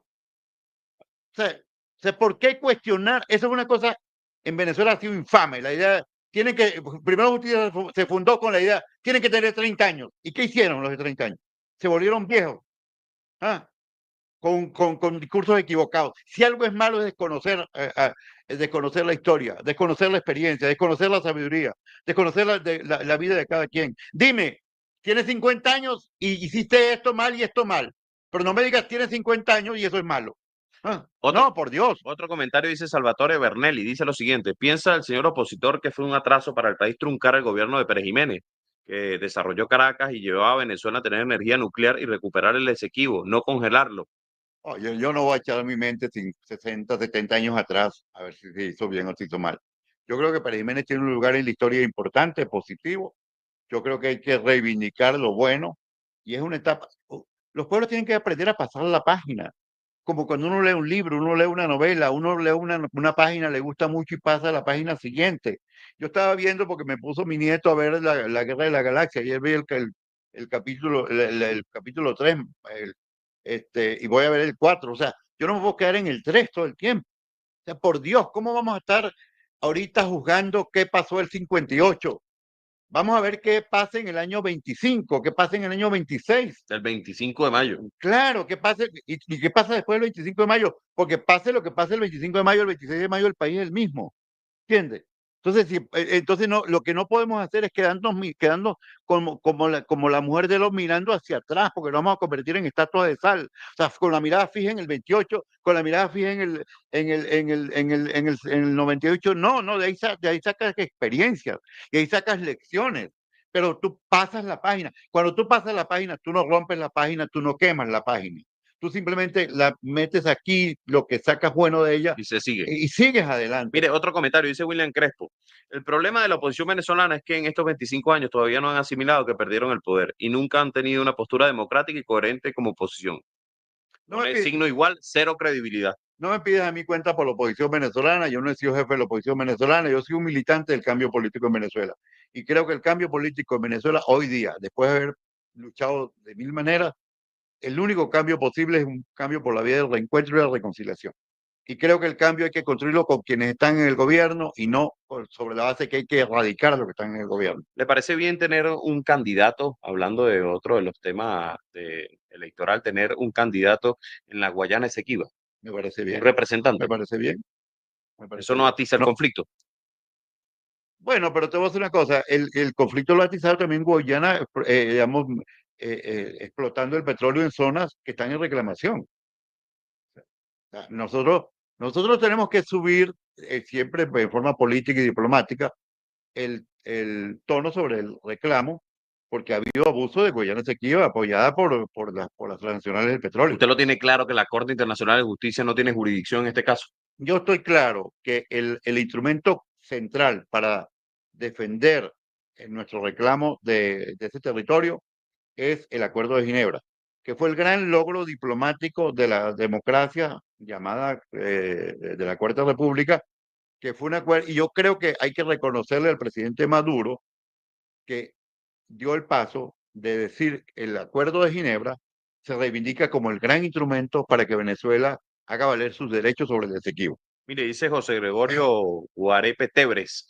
Escribe, este señor cree en los gringos, se nota que no se puede confiar en él y en su partido. Comentario. Bueno, está bien. Si después de toda mi afirmación de la dignidad de Venezuela, la soberanía de Venezuela, él dice que yo creo en los gringos, entonces porque no entendió nada. ¿Qué voy a hacer yo?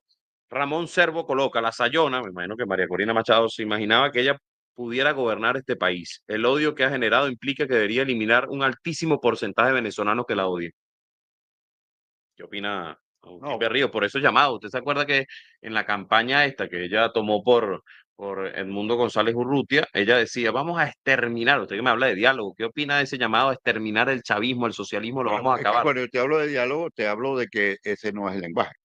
O sea, yo tengo todo el programa diciéndote que yo creo en el reencuentro, en el diálogo, de manera que si yo he dicho eso, es claramente que yo no creo en el exterminio ni en la liquidación del otro. Mire, dice aquí, disculpe que yo voy a leer todos los comentarios. No está Dice bien. Alfonso Rafael Posada Escandón, dice, este señor nunca ha trabajado en su vida, por eso no quiere salir de ahí de la política. Yo he trabajado en la industria petrolera, he dado clases, he tenido programas de televisión, he trabajado en una finca, he trabajado en pues, secretario de una prefectura, he trabajado toda mi vida. Yo eh, eh, ah, fui pintor de brocha gorda, para financiarme mis primeros meses en el liceo. Yo me compré mis primeros zapatos trabajando de ayudante de pintor. O sea, pues, te voy a decir una cosa, ese señor que está diciendo eso está diciendo algo que no sabe. Qué mentira, qué Yo te voy a mentira. decir una cosa, yo te voy a decir una cosa. Yo creo que parte del tema venezolano es que la gente es capaz de decir cualquier cosa de cualquier persona sin averiguar, sin saber. Y eso no es moral, eso es inmoral. Yo no puedo llegar a decir de ti, Julio Robó, tal cosa, porque me la dijeron o lo oí. Por lo menos se sabe el apellido, hay mucha gente que se confunde. Bueno, no, es que yo creo que hay un deber moral de no emitir juicios ligeros sobre los demás, juicios personales. Yo digo mucho, mis enemigos son los problemas, no las personas. Por eso yo no hablo personalmente de Maduro, ni de Jorge Rodríguez, ni de Eduardo Cabello, ni de nadie. Yo hago juicios sobre las políticas, porque en Venezuela, porque una cosa, las personas tenemos que comunicarnos siempre y cuando tú incurres en la descalificación personal, tú rompes la comunicación. Entonces, esa es parte de la tragedia. O sea, tú acusas individualmente a las personas, pero momentico, tú esa persona la conoces, sabes cómo vive, sabe cómo ha sido como esposo, como padre, como hijo, como nieto, como tío, como compadre, como alumno, como profesor, como profesional. O sea, ¿por qué esa descalificación de la gente?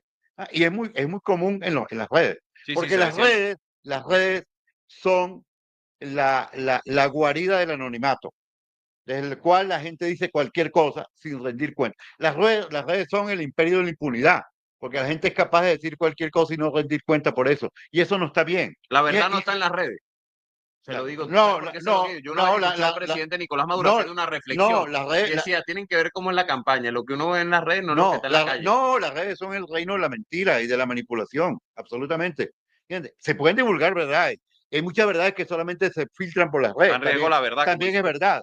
También, pero lo que quiero decir es muchísima manipulación. Y hoy por hoy son mucho más manipulación que verdad. O sea, tómate con pinza lo que veas en las redes. Tómatelo con pinza. Fíjese, usted que es economista, yo tengo que preguntarle, porque yo como venezolano, uno también vive estas cosas. ¿Cómo acabar con la distorsión de la compra de un insumo? Yo se lo digo es porque si usted lo va a Aquí pagar no hay más agua. Claro que sí, se lo damos. Porque si usted va a pagar en bolívares, por ponerle un ejemplo, cuesta una cosa, pero si lo va a pagar en dólares, cuesta otra. ¿Cómo acabar con esa distorsión? Usted que es economista, saneando la economía. ¿cómo se hace eso? Mira, ¿Por bueno, qué está pasando eso en los establecimientos bueno, comerciales? porque hay una cosa, fíjate lo siguiente. Explíquemelo Fíjate detalladamente lo para siguiente. entender. Hubo una normalización del mercado cambiario y hubo una estabilidad del mercado cambiario. ¿Por qué? Porque había un ingreso de dólares importante porque llegamos a producir 1 millón de barriles. Y Chevron aportaba al mercado cambiario un volumen grande de dólares, con lo cual el mercado se satisfacía. Cuando el mercado se equilibra, los precios se estabilizan. Cuando la oferta y la demanda son más o menos parejas, los precios se estabilizan. El precio del dólar estaba bastante estabilizado hasta hace unos poco menos de un año. ¿Ok? El precio del dólar empezó a dispararse en el mercado paralelo y el mercado oficial lo va siguiendo, pero lentamente. Hay una brecha en el mercado, entre el mercado paralelo y el mercado oficial, Pero ¿por qué aumenta el dólar paralelo, la porque la demanda? demanda es mayor que la oferta. Es muy sencillo. Mira, esa es una ley, como la ley de gravedad universal. Es una ley a la que no puedes escapar. Todo producto en el cual la demanda sea mayor que la oferta aumenta de precio. Eso es absolutamente. Esa es la primera ley de la economía que uno aprende en el primer semestre de economía. ¿Entiendes? Y los políticos y los gobernantes con mucho poder creen que pueden ir contra esa ley. Tú no puedes ir contra las leyes económicas. Por ejemplo, el gobierno puede decretar muchas cosas, pero el gobierno no puede decretar el empleo. El empleo se produce cuando una persona que tiene unos ahorros los convierte en inversión y decide crear un negocio. Tú no puedes obligar a la gente a mantener un negocio a pérdida, no. Tú obligas a un negocio a operar a pérdida, opera un tiempo y quiebra. En este momento hay una cosa que es trágica para los empresarios y los comerciantes, la brecha entre el dólar libre y el dólar oficial, porque la gente que compra sus insumos Lo compra a dólar libre. los compra a dólar libre, y si tú lo obligas al comerciante a comprar a dólar libre y a vender a dólar oficial, él va a quebrar a vuelta de 3 meses, 6 meses, va a quebrar. Cuando él quiebre, es una gente que pierde su trabajo, un negocio menos, una oferta menos de servicio. Entonces, tuvimos bastante bien en materia de estabilidad. Era lo mismo pagar a dólar oficial, a dólar efectivo. Ahorita no. Ahora, ¿por qué? Porque ha habido una descomposición de la situación económica en buena medida por las sanciones. Mira, yo dije en un programa de televisión, en un programa de radio de Vladimir Villegas a finales del año pasado, yo dije, mira, si Trump no toma, ya había ganado Trump, si Trump no toma el camino de las sanciones, y había nombrado Trump a Grenell Richard Renner. para negociar con Venezuela, si Trump no toma el camino de la máxima presión, Venezuela puede crecer el año que viene fuertemente, porque Venezuela estaba creciendo. Ahora, cuando se retomó el camino de la máxima presión y las sanciones, todo el panorama económico cambió. Y todo este agravamiento de la situación económica en este momento es producto de la retoma de las sanciones y de la expectativa muy negativa. Mira, hemos hablado poco de eso, pero la perspectiva económica en Venezuela es muy oscura si no se normaliza la cuestión petrolera y si el gobierno americano insiste en las sanciones.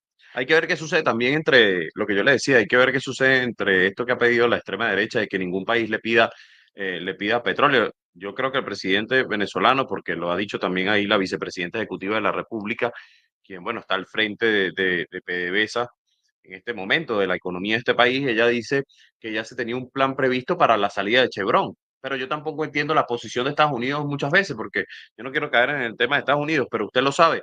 Estados Unidos dice una cosa, entonces de repente, vamos otra vez a extenderle la licencia a Chevron. Eso pasó. Bueno, yo te voy a decir una cosa, hay que hacer el esfuerzo en estos días que quedan para el 27 de mayo para ver si se logra una extensión de un mes mientras que se negocie. Eso es lo que yo buscaría. O sea, mientras que tú y yo nos ponemos de acuerdo en lo fundamental, dejamos las cosas como están. Eso es lo que usualmente se hace en una negociación. Eso sería lo ideal, porque la ida de Chevron es un golpe duro para la economía venezolana. Y una cosa, yo creo que la vicepresidenta dice eso y tiene que decirlo porque ella tiene que dar ánimo, pero no, la sustitución de Chevron, de Repsol, de Eni, de las empresas que se van, no es una cosa fácil ni automática. Eso tarda. Y además nuestro mercado natural son los Estados Unidos, venderle a la India o a la China. Eso tiene unos costos de transporte Usted que me dice ahorita hace unos minutos, me dice que las leyes de la economía son difíciles de cambiar y hay que respetarlas. ¿Qué opina usted como candidato de la oposición? Porque, bueno, uno tiene que ver a Venezuela en el mundo, de la aplicación esta de aranceles por parte de Estados Unidos y tratar de cambiar el orden del modelo económico mundial. totalmente equivocados. Fue un error de Donald Trump. Yo creo que Donald Trump está usando eso como un arma de negociación. Creo que no va Lo mismo bien. que estábamos hablando al Bueno, principio. pero fíjate que con China llegó a unos aranceles de No, 200%, ¿no fue? 145% y lo acaban de bajar al 15%. O sea, Está negociando con... no, acaban Y de, dijo que iba a sentarse con Xi no, Jinping. acordaron China y los Estados Unidos hace 2 días en Suiza reducirlas en 125% por 90 días mientras que negocian un acuerdo más completo. A mí me parece que Trump eso va a lograr algo importante. Va a lograr un plano más justo de relación económica entre China y los Estados Unidos, porque el déficit con China es muy grande. ¿Quién sale afectado de ese tema de los aranceles? ¿Realmente el gobierno norteamericano o el pueblo norteamericano? No, mira, los aranceles los paga el pueblo siempre, porque tú encareces la importación y el importador te la da eso al precio. Cada vez que tú le pones al productor un impuesto adicional, lo que sea, el productor lo tiene que trasladar al precio, porque ¿dónde saca el productor el ingreso para él mantener la empresa? Del precio. Claro, Pues todo impuesto y todo arancel se traslada al precio y lo paga el consumidor. claro, esto también se lo pregunto, doctor, porque recuerdo que habían algunos países latinoamericanos, lastimosamente. Uno sabe, Javier Milei, Daniel Noboa agradecieron al presidente Donald Trump haberles aplicado, no sé si usted lo leyó, haberles aplicado un arancel, pero el más bajo. Se Yo, puede ser tan arrastrado en la política. lo que Usted me yo dice que uno no puede estar siempre pensando en campos imaginarios. Pero yo lo que entiendo es que Milei y Trump van a negociar un acuerdo de libre comercio entre Argentina y Estados Unidos, que me parece bien. ¿Por qué? Bueno, porque son dos economías potentes y si tienen un acuerdo de libre comercio va a aumentar los flujos de intercambio entre los dos países, con lo cual va a aumentar el empleo en ambos países. Igualito, aunque tú seas arrastrado, te toca. Es un comentario. Porque yo me acuerdo de Javier Milei, no, que le regaló hasta una motosierra a Elon Mira, Musk, mira, no sé qué, mira, yo, Trump, voy para su fiesta, pero igualito le aplican el ácido. Porque Estados mira. Unidos no tiene amigos, tiene intereses. No, Eso no lo digo yo. déjame decirte una frase de Kissinger Dígame, que yo la cité en estos días. el mismo que hablaba de Chile. Kissinger, el que fue un gran secretario de Estado americano, que fue el que planteó la apertura con China, el viaje de Nixon a China y la incorporación de China al mercado mundial fue obra de esa apertura americana hacia la China comunista, ¿no? La primera gran apertura. Él dijo una frase, dijo, ser amigo de Estados Unidos, ser enemigo de Estados Unidos es un peligro, te puede meter en problemas, pero ser amigo es fatal. ¿Por qué? Porque el que es amigo se confía y le puede pasar cualquier ¿Usted cosa. sería amigo o enemigo de Estados Unidos? No, yo creo que Venezuela tiene que tener una relación de respeto recíproco con Estados Unidos. Y listo. Eso es lo que te corresponde. Porque yo creo que los venezolanos también hemos sido tontos a veces, en, en, en, ingenuos en la relación con otros países y abrirnos con ingenuidad. No, nosotros tenemos que velar por los intereses de Venezuela. ¿Qué ¿Cuáles son los intereses que tiene que cuidar el presidente Maduro? Los de Venezuela. Primero que los de Cuba, que los de Nicaragua, que los de Venezuela primero. Venezuela primero. Es que eso es lógico. O sea, Hay algunos de la oposición que Venezuela no está primero. bueno, están equivocados. No son, Usted lo sabe, ¿verdad? Que prefieren otras cosas, defienden pero, otra cosa antes que Venezuela. pero, Hay pero, gente de la oposición que si está jugando la Vinotinto con Bolivia y Bolivia le clava 3 goles a pero tú Venezuela, estás lo empeñado celebra. en que yo hable mal de la No, oposición. no, no, pero Pero usted fíjate sabe una que es cosa. verdad, no, no, no, no No, estoy empeñado, pero es una realidad. No hay opositores que llevan todo el campo de la política, por la política está en todo, y le estoy poniendo un ejemplo, el deporte. Si Venezuela va allá a La Paz y Bolivia le clava 4 goles y pierde 4-0, dicen eso es gracias al Julio, pero gobierno de ese no Maduro. soy yo. No, pero la oposición, un ala, usted forma parte de esa oposición y formó parte de un partido de oposición extremista que hicieron de ese partido un desastre con que no me acuerdo, Roberto Enrique o no. Pero tengo una hora diciéndote que Me yo, parece, me bueno, parece bien, pero también hay que reconocerlo. pero dime una cosa, ¿qué haría yo con recordar que Chávez dio un golpe? Pero está bien, Pero está en ganó la las historia, elecciones. usted me lo acaba de decir No, y yo no, se lo respeto, es su no, no, opinión. no, no, pero yo no lo recuerdo, porque no me parece. Pero acaba de recordarlo del 58 con Marco Pérez No, Jiménez. ¿Recuerda algunas cosas buenas y otras no, no? lo recordó, bueno, ¿Lo recordó usted? Yo no he hablado de eso. pero fíjate una cosa, porque hay que recordar lo bueno. Es que yo he tratado de recordar lo bueno. Bueno, O usted sea, sabe que fíjate que pues claro, hay que recordar porque uno tiene que venir, tiene que saber de dónde viene claro, para saber a dónde va. pero te voy a decir una cosa, pero si quieres construir soluciones. Ah, no, claro, hay Pero que fíjate, dialogar con quien mira, sea. un viejo en mi pueblo me recomendó siempre un niñito él veía que a mí me gustaba la política, me dijo un consejo, me dijo, mira, si miras hacia adelante, vas a conseguir 1000 razones para ponerte de acuerdo con la gente. Si miras hacia atrás, vas a conseguir 1000 motivos para pelear con la gente. Mira hacia adelante siempre. Agustín Berrío está recorriendo los barrios de Caracas o Estoy, otros barrios, porque usted es candidato nacional, ¿no? estoy recorriendo lo que puedo. Entonces, la semana pasada fui a Aragua, el ¿Qué le viernes dice voy. la gente en esos recorridos? Ah? Bueno, la gente le preocupa primero que todo la economía. Ese es el eje transversal de cualquier Mira, campaña y ahorita. otra cosa, la gente quiere acuerdos. Lo mismo que usted me está comentando. La gente está cansada del pleito. La gente Hay está gente que cansada. está despolitizada, doctor, que no quiere saber nada de la política, no importa No, quién esté gobernando. Ahorita hay gente así, no, que está en no, el centro. Usted sabe que hay no, un no, polo. no, no, no. La gente no está despolitizada. La gente está escéptica porque está muy politizada y porque está muy desengañada, pero no está ajena a la política. Tiene dudas, dudas sobre el voto, dudas sobre cuál es la solución, pero la gente se despolitiza el día que deja de preocuparse por el país y la gente no se ha preocupado, no, Usted participó en el simulacro electoral. no participé porque estaba ¿Por afuera, qué? porque estaba viajando, ¿En dónde? estaba en Maracay. Pero usted podía participar donde sea o Ah, no. no sabía, no, Yo no, creo que tenía que ir sí. en mi centro, No, yo creo que podría participar donde esté porque es un simulacro, no ¿no? sabía, pero es que yo te voy a decir una cosa, y no, yo no he venido aquí a criticar, sino a buscar soluciones, pero es que yo creo que el gobierno y el CNE deberían hacer más promoción de la elección, porque no hay ninguna promoción de la elección. ¿Cree usted que va a haber una participación masiva o más abstención que otra cosa? No lo sé. Yo creo que la participación va a subir, y creo que está subiendo, pero no hay ningún ambiente electoral. No hay nada en los medios. Como Yo creo que el gobierno debe hacer una campaña de promoción. yo le pregunto a usted por la campaña, porque aunque uno critique las redes sociales son un vehículo para llevar una campaña. Yo no sé si el término adecuado sería eficaz, pero hay muchos que se han convertido presidentes solamente utilizando las redes sociales. Usted lo sabe. Javier Milei es un ejemplo de eso con el Claro. tema de la motosierra.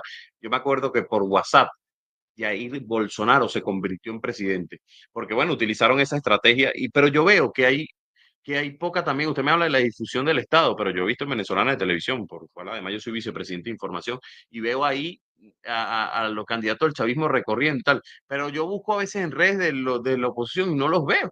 Ahorita vi un spot de Benjamín Rauseo hace como 3 días, pero no los veo ahí, están como escondidos, sí están en la calle, no están en la calle, por eso se lo pregunto. Bueno, yo estoy haciendo lo que he podido Además, estamos al tema de los recursos, ¿no? con mucha precariedad. Ahora, una cosa que creo es, creo que digamos, se puede hacer mucho más en redes sociales, pero, por ejemplo, en Venezolana de Televisión se ve mucho en el país, las emisoras las que hay se oyen mucho, y creo que hay que aumentar la información, porque poca gente, veo poca gente enterada de la elección, esa es mi impresión. Yo confío que la gente va a votar, porque a la gente le importa quién es su gobernador, le importa quién es su diputado, y porque esta elección es la primera de un ciclo. Después viene una elección de alcaldes y concejales que a la gente le importa y puede venir un referéndum para una reforma constitucional. De manera que yo creo que la gente que está llamando la atención tiene muy poca. Usted que es un... Ahora, una cosa que quiero decirte, yo Ajá, veo que la campaña contra el voto, a favor de la abstención es fuerte en las redes. Y duro, creo que sí, es dura. Y además creo que tiene mucho apoyo desde el exterior. claro, Porque buena parte de de las algunos redes, sectores. las redes venezolanas se nutren de gente del exterior. O sea, yo creo que el bombardeo al que el venezolano está sometido desde el exterior, de mensajes, digamos, ¿Cree usted en esa guerra psicológica de las redes sociales? Si hay una guerra. sí, sí, creo que la hay, creo que la hay. Nosotros lo vivimos, por ejemplo, cuando nosotros reconocimos el boletín del Consejo Sí, yo Nacional lo Electoral. recuerdo, pero ese mismo día, el- el- antes de la medianoche, la- la- unos minutos, o después de la medianoche, unos minutos. Nosotros fuimos los primeros que lo hicimos y un comunicado que me tocó redactar a mí como director político, Además, si yo le digo, si usted pierde ahorita, usted lo reconoce de inmediato. pero que pues, claro que lo reconozco. O sea, yo tengo que reconocer el boletín que diga el CNE. No hay otro ente. Pero ¿qué alternativa? Y si tengo algún reclamo, lo tengo que hacer en la instancia que corresponde, en el CNE y en la sala electoral. Aquí Usted fue al Tribunal Supremo de Justicia, no, pero no, sí fue la doctora Gloria Piña, sí fue, y Benjamín también. Fue con la compañera Gloria y nosotros, digamos, preparamos todo lo que nos pidieron. Y esta es una frase que yo le debo a un amigo mío, tú haces políticas dentro de las instituciones y con las reglas del Estado, porque fuera del Estado y de las instituciones es la insurrección. Nosotros no estamos en ese plan.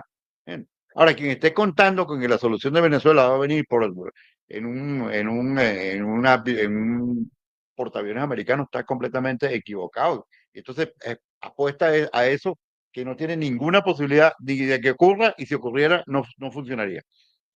Fíjese, tengo algunas interrogantes de preguntas que siempre le hago a los candidatos. Agustín Berrío está de acuerdo con el aborto, por ejemplo, que se No, discute en la Asamblea Nacional, no estoy de acuerdo con el en aborto. ninguna de las condiciones, No, por no, ejemplo, de no, violación, por no, ejemplo. no, yo estoy de acuerdo con el aborto en los casos en que, digamos, en los casos que la legislación del mundo lo reconoce. Yo en general soy partidario de la vida. Creo que la vida existe desde el momento mismo de la concepción. Creo que el ser que está en el vientre de una mujer embarazada es un ser vivo, con todos los derechos, con la dignidad de un ser vivo e indefenso. Yo no creo en el aborto. Ahora, hay casos extremos en que, yo no, por ejemplo, en el caso de la violación, son debates morales muy complicados. En el caso del peligro de la vida de la madre es muy complicado porque entonces tiene que escoger entre dos vidas. Yo parto Es de que difícil decisión, dice usted. sí, difícil. Yo soy contrario al aborto en general, por principios. Y ese es es mi posición, digamos, no es solamente religiosa, sino existencial y filosófica. Yo creo que el ser que está en, yo creo que las mujeres, digamos, deben tener precauciones con eso. Existen miles de métodos anticonceptivos. No, pero se lo digo, por ejemplo, en el caso de una violación puede suceder. No estaría de acuerdo en un aborto en el caso de una violación. Me estoy Es, comprometiendo. es un dilema muy difícil, te lo quiero decir. Es un dilema muy Muy difícil, complicado. complicado. Fíjese, le voy a Yo te voy a decir dígame yo te voy a decir mi principio. Yo soy partidario de la vida. Yo te voy a poner un caso a ti. ajá, dígame. No Un ejemplo. un ejemplo, no de De la aborto. vida real. No un ejemplo de un aborto.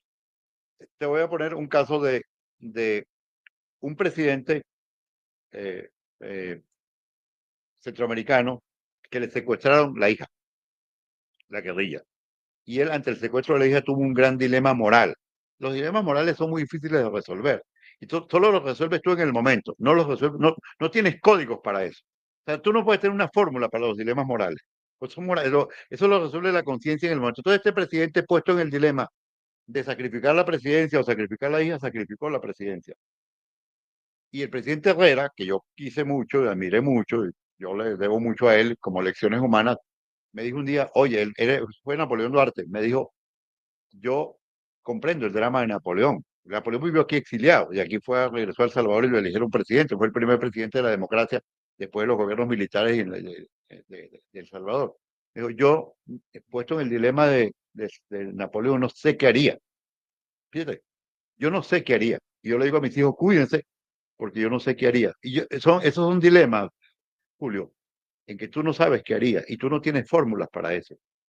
Ni siquiera Dios te pasa a ti con un hijo secuestrado y te pone las condiciones más infames y tú las aceptas, las más indignas y las aceptas porque es tu hijo. ¿Ah? Entonces, los dilemas morales no se responden con fórmulas políticas ni jurídicas. Los resuelve la conciencia del ser humano y todos tenemos una conciencia moral. Todos tenemos una conciencia moral. La base de esa conciencia moral puede ser la religión, la ley, la tradición o la mezcla de todo, las Claro. enseñanzas de tus padres. Entonces, yo creo por principio en la vida. Yo creo, yo creo firmemente que un embarazo de una semana o de un mes o de 6 meses es un ser humano. Eso es lo que yo creo. Pase lo que pase. Y es un ser humano indefenso, que tiene derecho a la vida, porque existe ya existe. Está en proceso de, pero ya existe. Fíjese, yo quisiera hacerle esta pregunta a un presidente europeo, pero se la voy a hacer a usted que me habla de una política seria. Es la legalización de la marihuana. Quisiese en este momento que exista la legalización del perico, por ejemplo, para Emmanuel Macron. Yo creo que usted vio esas imágenes, tiene que haberlo visto el video de Emmanuel Macron con una bolsa de droga Ujú. en una mesa, sentado, discutiendo y atacando al presidente Vladimir Putin. No sé si usted lo vio. ¿Vio ese video?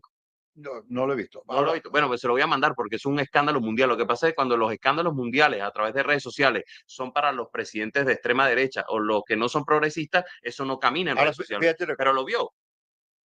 Él está reunido aquí con un sí, sí, presidente que hay una creo que es el de bolsa, Alemania. hay una bolsa. Y es una bolsa, y es un escándalo mundial, es un Sí, escándalo, la manera como él la esconde, sí, como el otro esconde la pastilla, es sí. un escándalo Sí, mundial. creo que fue ayer, ¿no? No, eso fue el domingo. El domingo. Sí, algo vi. No lo he No ha dicho escudriñado, nada Emmanuel Macron. no lo he escudriñado mucho. Mira, bueno, de Manuel Macron se dicen cosas terribles. Bueno, pero yo no estoy diciendo por atacarlo a él, digo lo que pasó, esa escena. Se No es, dice no es un escándalo, una escena de polvo blanco en la como, mesa de una reunión. como usted lo describe, es un escándalo. Ahora fíjese lo siguiente. Ahora usted me puede dar la opinión de la legalización de la marihuana como un término en la política que Tú se sabes, puede, por temas medicinales, por ejemplo. yo te voy a decir una cosa. Yo soy partidario en general de legalizar todas las drogas. ¿Creen Porque, eso? porque yo como economista liberal, porque el día que tú legalices todas esas cosas, baja el narcotráfico legal, deja de ser un gran negocio y hay unas regulaciones.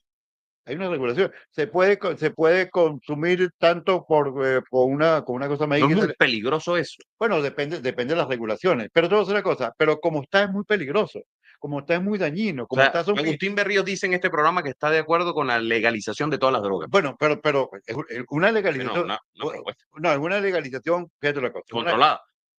claro, porque cuando hay una Porque legalización, imagínese legalizar el no, fentanilo. no, pero fíjate, no, digamos, es que el fentanilo es una droga legalizada que contenía en muchos medicamentos, que es lo que es una distorsión de eso. Lo que tú tienes, cuando el Estado interviene en las cosas y establece unas reglas y se vigila y se cumple, o sea, lo que da origen a los miles de muertos es la droga ilegal, ¿entiendes? La ilegalidad es la fuente de todas esas cosas, de todo ese gran negociado, ¿no? Muchos han razonado, bueno, hay países que lo han hecho, Uruguay lo hizo con la marihuana, para fines medicinales, bajo el presidente Mujica. Hicieron un referéndum, incluso una consulta de la población y la población lo aprobó. Entonces hay unas reglas, hay unas normas, se puede vender tanta cantidad bajo ciertas condiciones. Entonces, bueno, eso reduce el consumo ilegal y puedes, en cierta forma, canalizar el problema. Porque el problema existe y como está no lo has resuelto. Porque, y eso lo dice mucho el gobierno venezolano, lo dice mucho gobierno. El principal mercado de droga del mundo, ¿cuál es? Y también le debe Estados gustar Unidos. mucho al ministro de Relaciones Interiores de Colombia. No sé si lo vio, el que era embajador en Venezuela. Dio una declaración a un medio, creo que el País de España, y dijo, yo soy un tipo adicto a la droga. Sí. Pero hay que ver el nivel de un político, bien sea el país que sea, asumir con esa responsabilidad. Usted sabe además ¿A que qué droga dijo que era adicto? no describió, pero no solamente eso. Usted sabe que Álvaro Leiva, yo no voy aquí a hablar de Que fue canciller. que fue canciller, usted sabe, lo sacaron y metieron a Murillo, que dicen que forma parte casi que del Departamento de Estado en Colombia, porque ¿qué pasa con Petro? Más allá de las diferencias, Petro es de izquierda, pero no es antiimperialista, entonces yo no voy a atacar a Petro, pero Álvaro Leiva dijo hace más de un mes que el presidente colombiano, eh, Gustavo Petro, tiene una adicción muy fuerte a las drogas.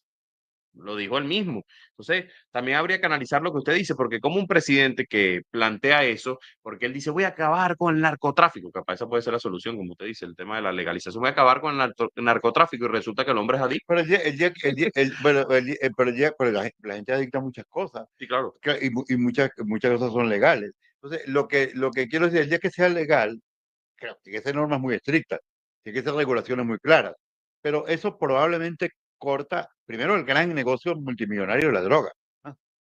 Probablemente todos estos carteles, todas estas mafias, todos estos asesinatos se empiecen a reducir, porque, digamos, la hoja de coca es legal en Bolivia para muchas cosas medicinales, y la transformación de la coca en cocaína es una cosa ilegal. Yo no, es un tema complicado, pero los economistas que creemos en el mercado, que somos liberales y creemos el poder regulador del Estado, pensamos que, por ejemplo, Milton Friedman, que es uno de los grandes economistas liberales, tiene años diciendo que eso hay que legalizarlo con reglas muy claras. Y yo lo creo, yo lo creo. Última pregunta, señor doctor, señor Agustín Berrío, la legalización del matrimonio igualitario. El matrimonio es entre hombre y mujer. Esas son uniones, pero no es matrimonio. ¿No está de acuerdo con que Yo hay creo, otros países que lo permiten, como bueno, España, por ejemplo? pero llámalo uniones, porque el matrimonio es entre un hombre y una mujer. Ese es el matrimonio. La gente dirá, eso, bueno, eso así en la cabeza ortodoxa de Agustín Berrío, dirán algunos. Bueno, pero es que te voy a decir una Hasta cosa. el Papa ayer se hizo tendencia, el Papa nuevo, el Papa León XIV, porque estaba saludando a varios y cuando vio una bandera gay, los ignoró como si no existieran, se volteó para el otro lado, cosa que no pasaba con el Mira, Papa Francisco. una cosa que te quiero decir, ya que mencionaste el Papa, creo que es una gran noticia para la humanidad y para los católicos, el nuevo papa. Se tomó el nombre de León XIV. León XIV Pero no es, me ha terminado de decirlo de la unión antes de saltar para allá. Y no, entonces, que yo creo que esas son que uniones se puede legalizar se como pueden, unión, pero no como matrimonio. pues que matrimonio entre hombre y mujer. Entonces, como uniones para que tengan derechos, para que puedan compartir, eso me parece normal. Porque, digamos, hay que respetar las orientaciones sexuales de la gente, las preferencias, pero eso no le da no, eso no es para crearles privilegios. O sea, una cosa es que los discrimines y los persigas, eso no está bien. Otra cosa es que por ser tal les crees unos privilegios, ni perseguidos, ni discriminados, ni privilegiados. Son personas que tienen derechos y como derecho tienen derecho a a una unión. Me decía lo del tema del, del, del nuevo papa, porque usted sabe que yo vi el trabajo que hizo en Chiclayo, Ujú. en Perú. Y además no solamente eso, estuve buscando en redes sociales y estuvo en el Estado portuguesa, Sí, claro. oficiando una misa, Como no, estuvo en el año que es muy 2023. cercano al Papa Francisco, Sí, bueno, fíjate, él tomó el nombre de León, décimo León cuarto. XIV, o decimocuarto, lo cual quiere decir que quiere Ese, continuar, ese nombre lo toma él, lo toma él, sí, lo decía en después el, de ser decidido, no, o bueno, se decide en el cónclave. no, no, no, solo él cuando, cuando es elegido, él tiene que elegir ¿Cuál es el un nombre? nombre. Por ejemplo, Francisco primero, porque no había ningún Francisco antes que él. Este tomó León XIV, que quiere decir que quiere continuar la tradición de León XIII. León XIII murió en 1903. León XIII es el papa de la encíclica La Rerum Novarum.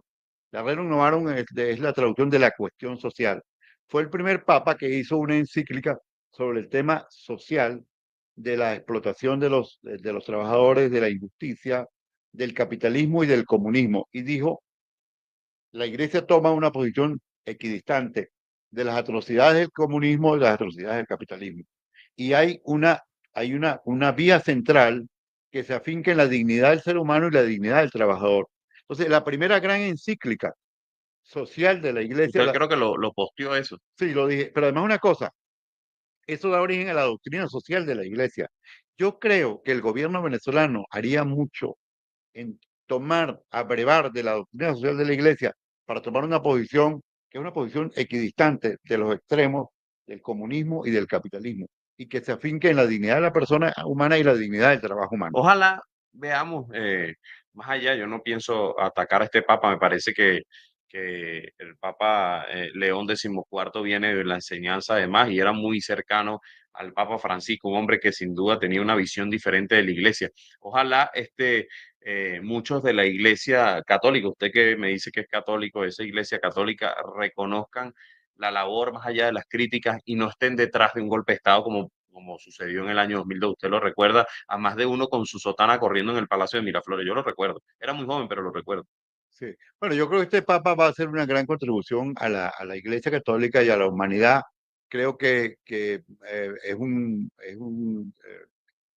norteamericano, peruano también. Se cayeron las quinielas. Algunos decían que iba a ser Prieto Parolín. Bueno, pero a mí me parece mejor que este Papa, porque Parolín es más, más un diplomático que un pastor. Este es más un pastor, Parolín era más un político. A mí, yo no quería ver a la iglesia dirigida por un cardenal más, un papa más político. Creo que Sino más humano, más cercano a la más gente. pastor. No, y hay que mencionar ya he dicho varias veces esto, para despedir, usted se iba a las 9:15, pero son las 10:30. Dios mío, Hay que no puede reconocer, ser. sí, doctor, fíjese, Perdón, hay que reconocer, tenemos 1 hora y 42 minutos conversando, hay que qué reconocer barbaridad. también, doctor, No, déjame ir. antes de que se vaya, que es el tema de que además en el primer discurso llama a la paz, al diálogo y a acabar con la guerra en la franja de Gaza. No es cualquier cosa. No, me parece, yo creo que este Papa le va a dar una gran fuerza a la Iglesia, va a revitalizar el mensaje humanista del cristianismo y Y va a que seguir el legado de Francisco, del Papa Francisco. va a seguir con sus adaptaciones, porque Cada quien tiene su manera de y el de pensar. Juan Pablo II, yo lo conecto más con Juan Pablo II, que fue el gran Papa que reimpulsó a la Iglesia, que vino a Venezuela y que en Venezuela yo lo vi de cerca y era un Papa que despedía luz, de verdad. Uno lo veía de cerca y parecía una figura sagrada que iluminaba. Realmente creo que la humanidad y la iglesia recibimos una buena noticia con la elección de ese Papa. Y Bueno, déjame ir ahora sí. ¿cuál es su mensaje antes de que se vaya, que se le pasó el tiempo muy rápido a la gente de cara a esta elección del próximo 25 de mayo, que son diputados, consejos legislativos, gobernadores o gobernadoras? Bueno, quiero pedirle a los venezolanos que votemos, cualesquiera que sean las condiciones, votemos. El voto es un derecho y el voto es un deber. Y en condiciones como la venezolana es un deber patriótico, es un deber moral, es un deber estratégico y es un deber familiar. El voto es el instrumento para expresarnos. Expresémonos. Vote por quien usted crea, amigo del oficialismo, amigo de la oposición, equidistante de ambos polos, pero vote. Nosotros somos una propuesta de reconciliación y reencuentro que cree que la única vía para que Venezuela salga adelante es la vía de la reconciliación y el reencuentro. Y creemos que eso hay que hacerlo empezando por hacerlo con el gobierno. Quienes gobiernan tienen la llave de las soluciones y de la apertura y de los cambios. Tratemos de que cambien ellos para que Venezuela tenga caminos de solución. Bueno, muchas gracias. Espero que le haya Gracias. gustado y Muy haya confiado no es en la propuesta, ¿cómo se llama? En la recomendación de Enrique Ochoa Antich. No, no, me gustó mucho, me gustó mucho. Y yo te voy a decir, yo agradezco y respeto cuando hablo con alguien que piensa distinto, porque no hago nada con hablar con alguien que piensa igual que yo. Así Es que verdad, es mejor y más sabroso. uno aprende, no, y uno aprende. Yo he aprendido aquí mucho. Es decir, como mi hijo José Gregorio Correa, que me dijo, ¿esto es una entrevista o vamos a polemizar? Porque si tú quieres polemizar, yo me preparo. Bueno, nos vamos y nos vemos mañana a las 8 de la mañana en Aquí y Ahora, hoy martes 13. Mañana estaremos con Ricardo Cusano y otro invitado. Creo que viene por allí también Pedro Infante. Nos vamos y que tengan un feliz martes. Laiguana.tv. La verdad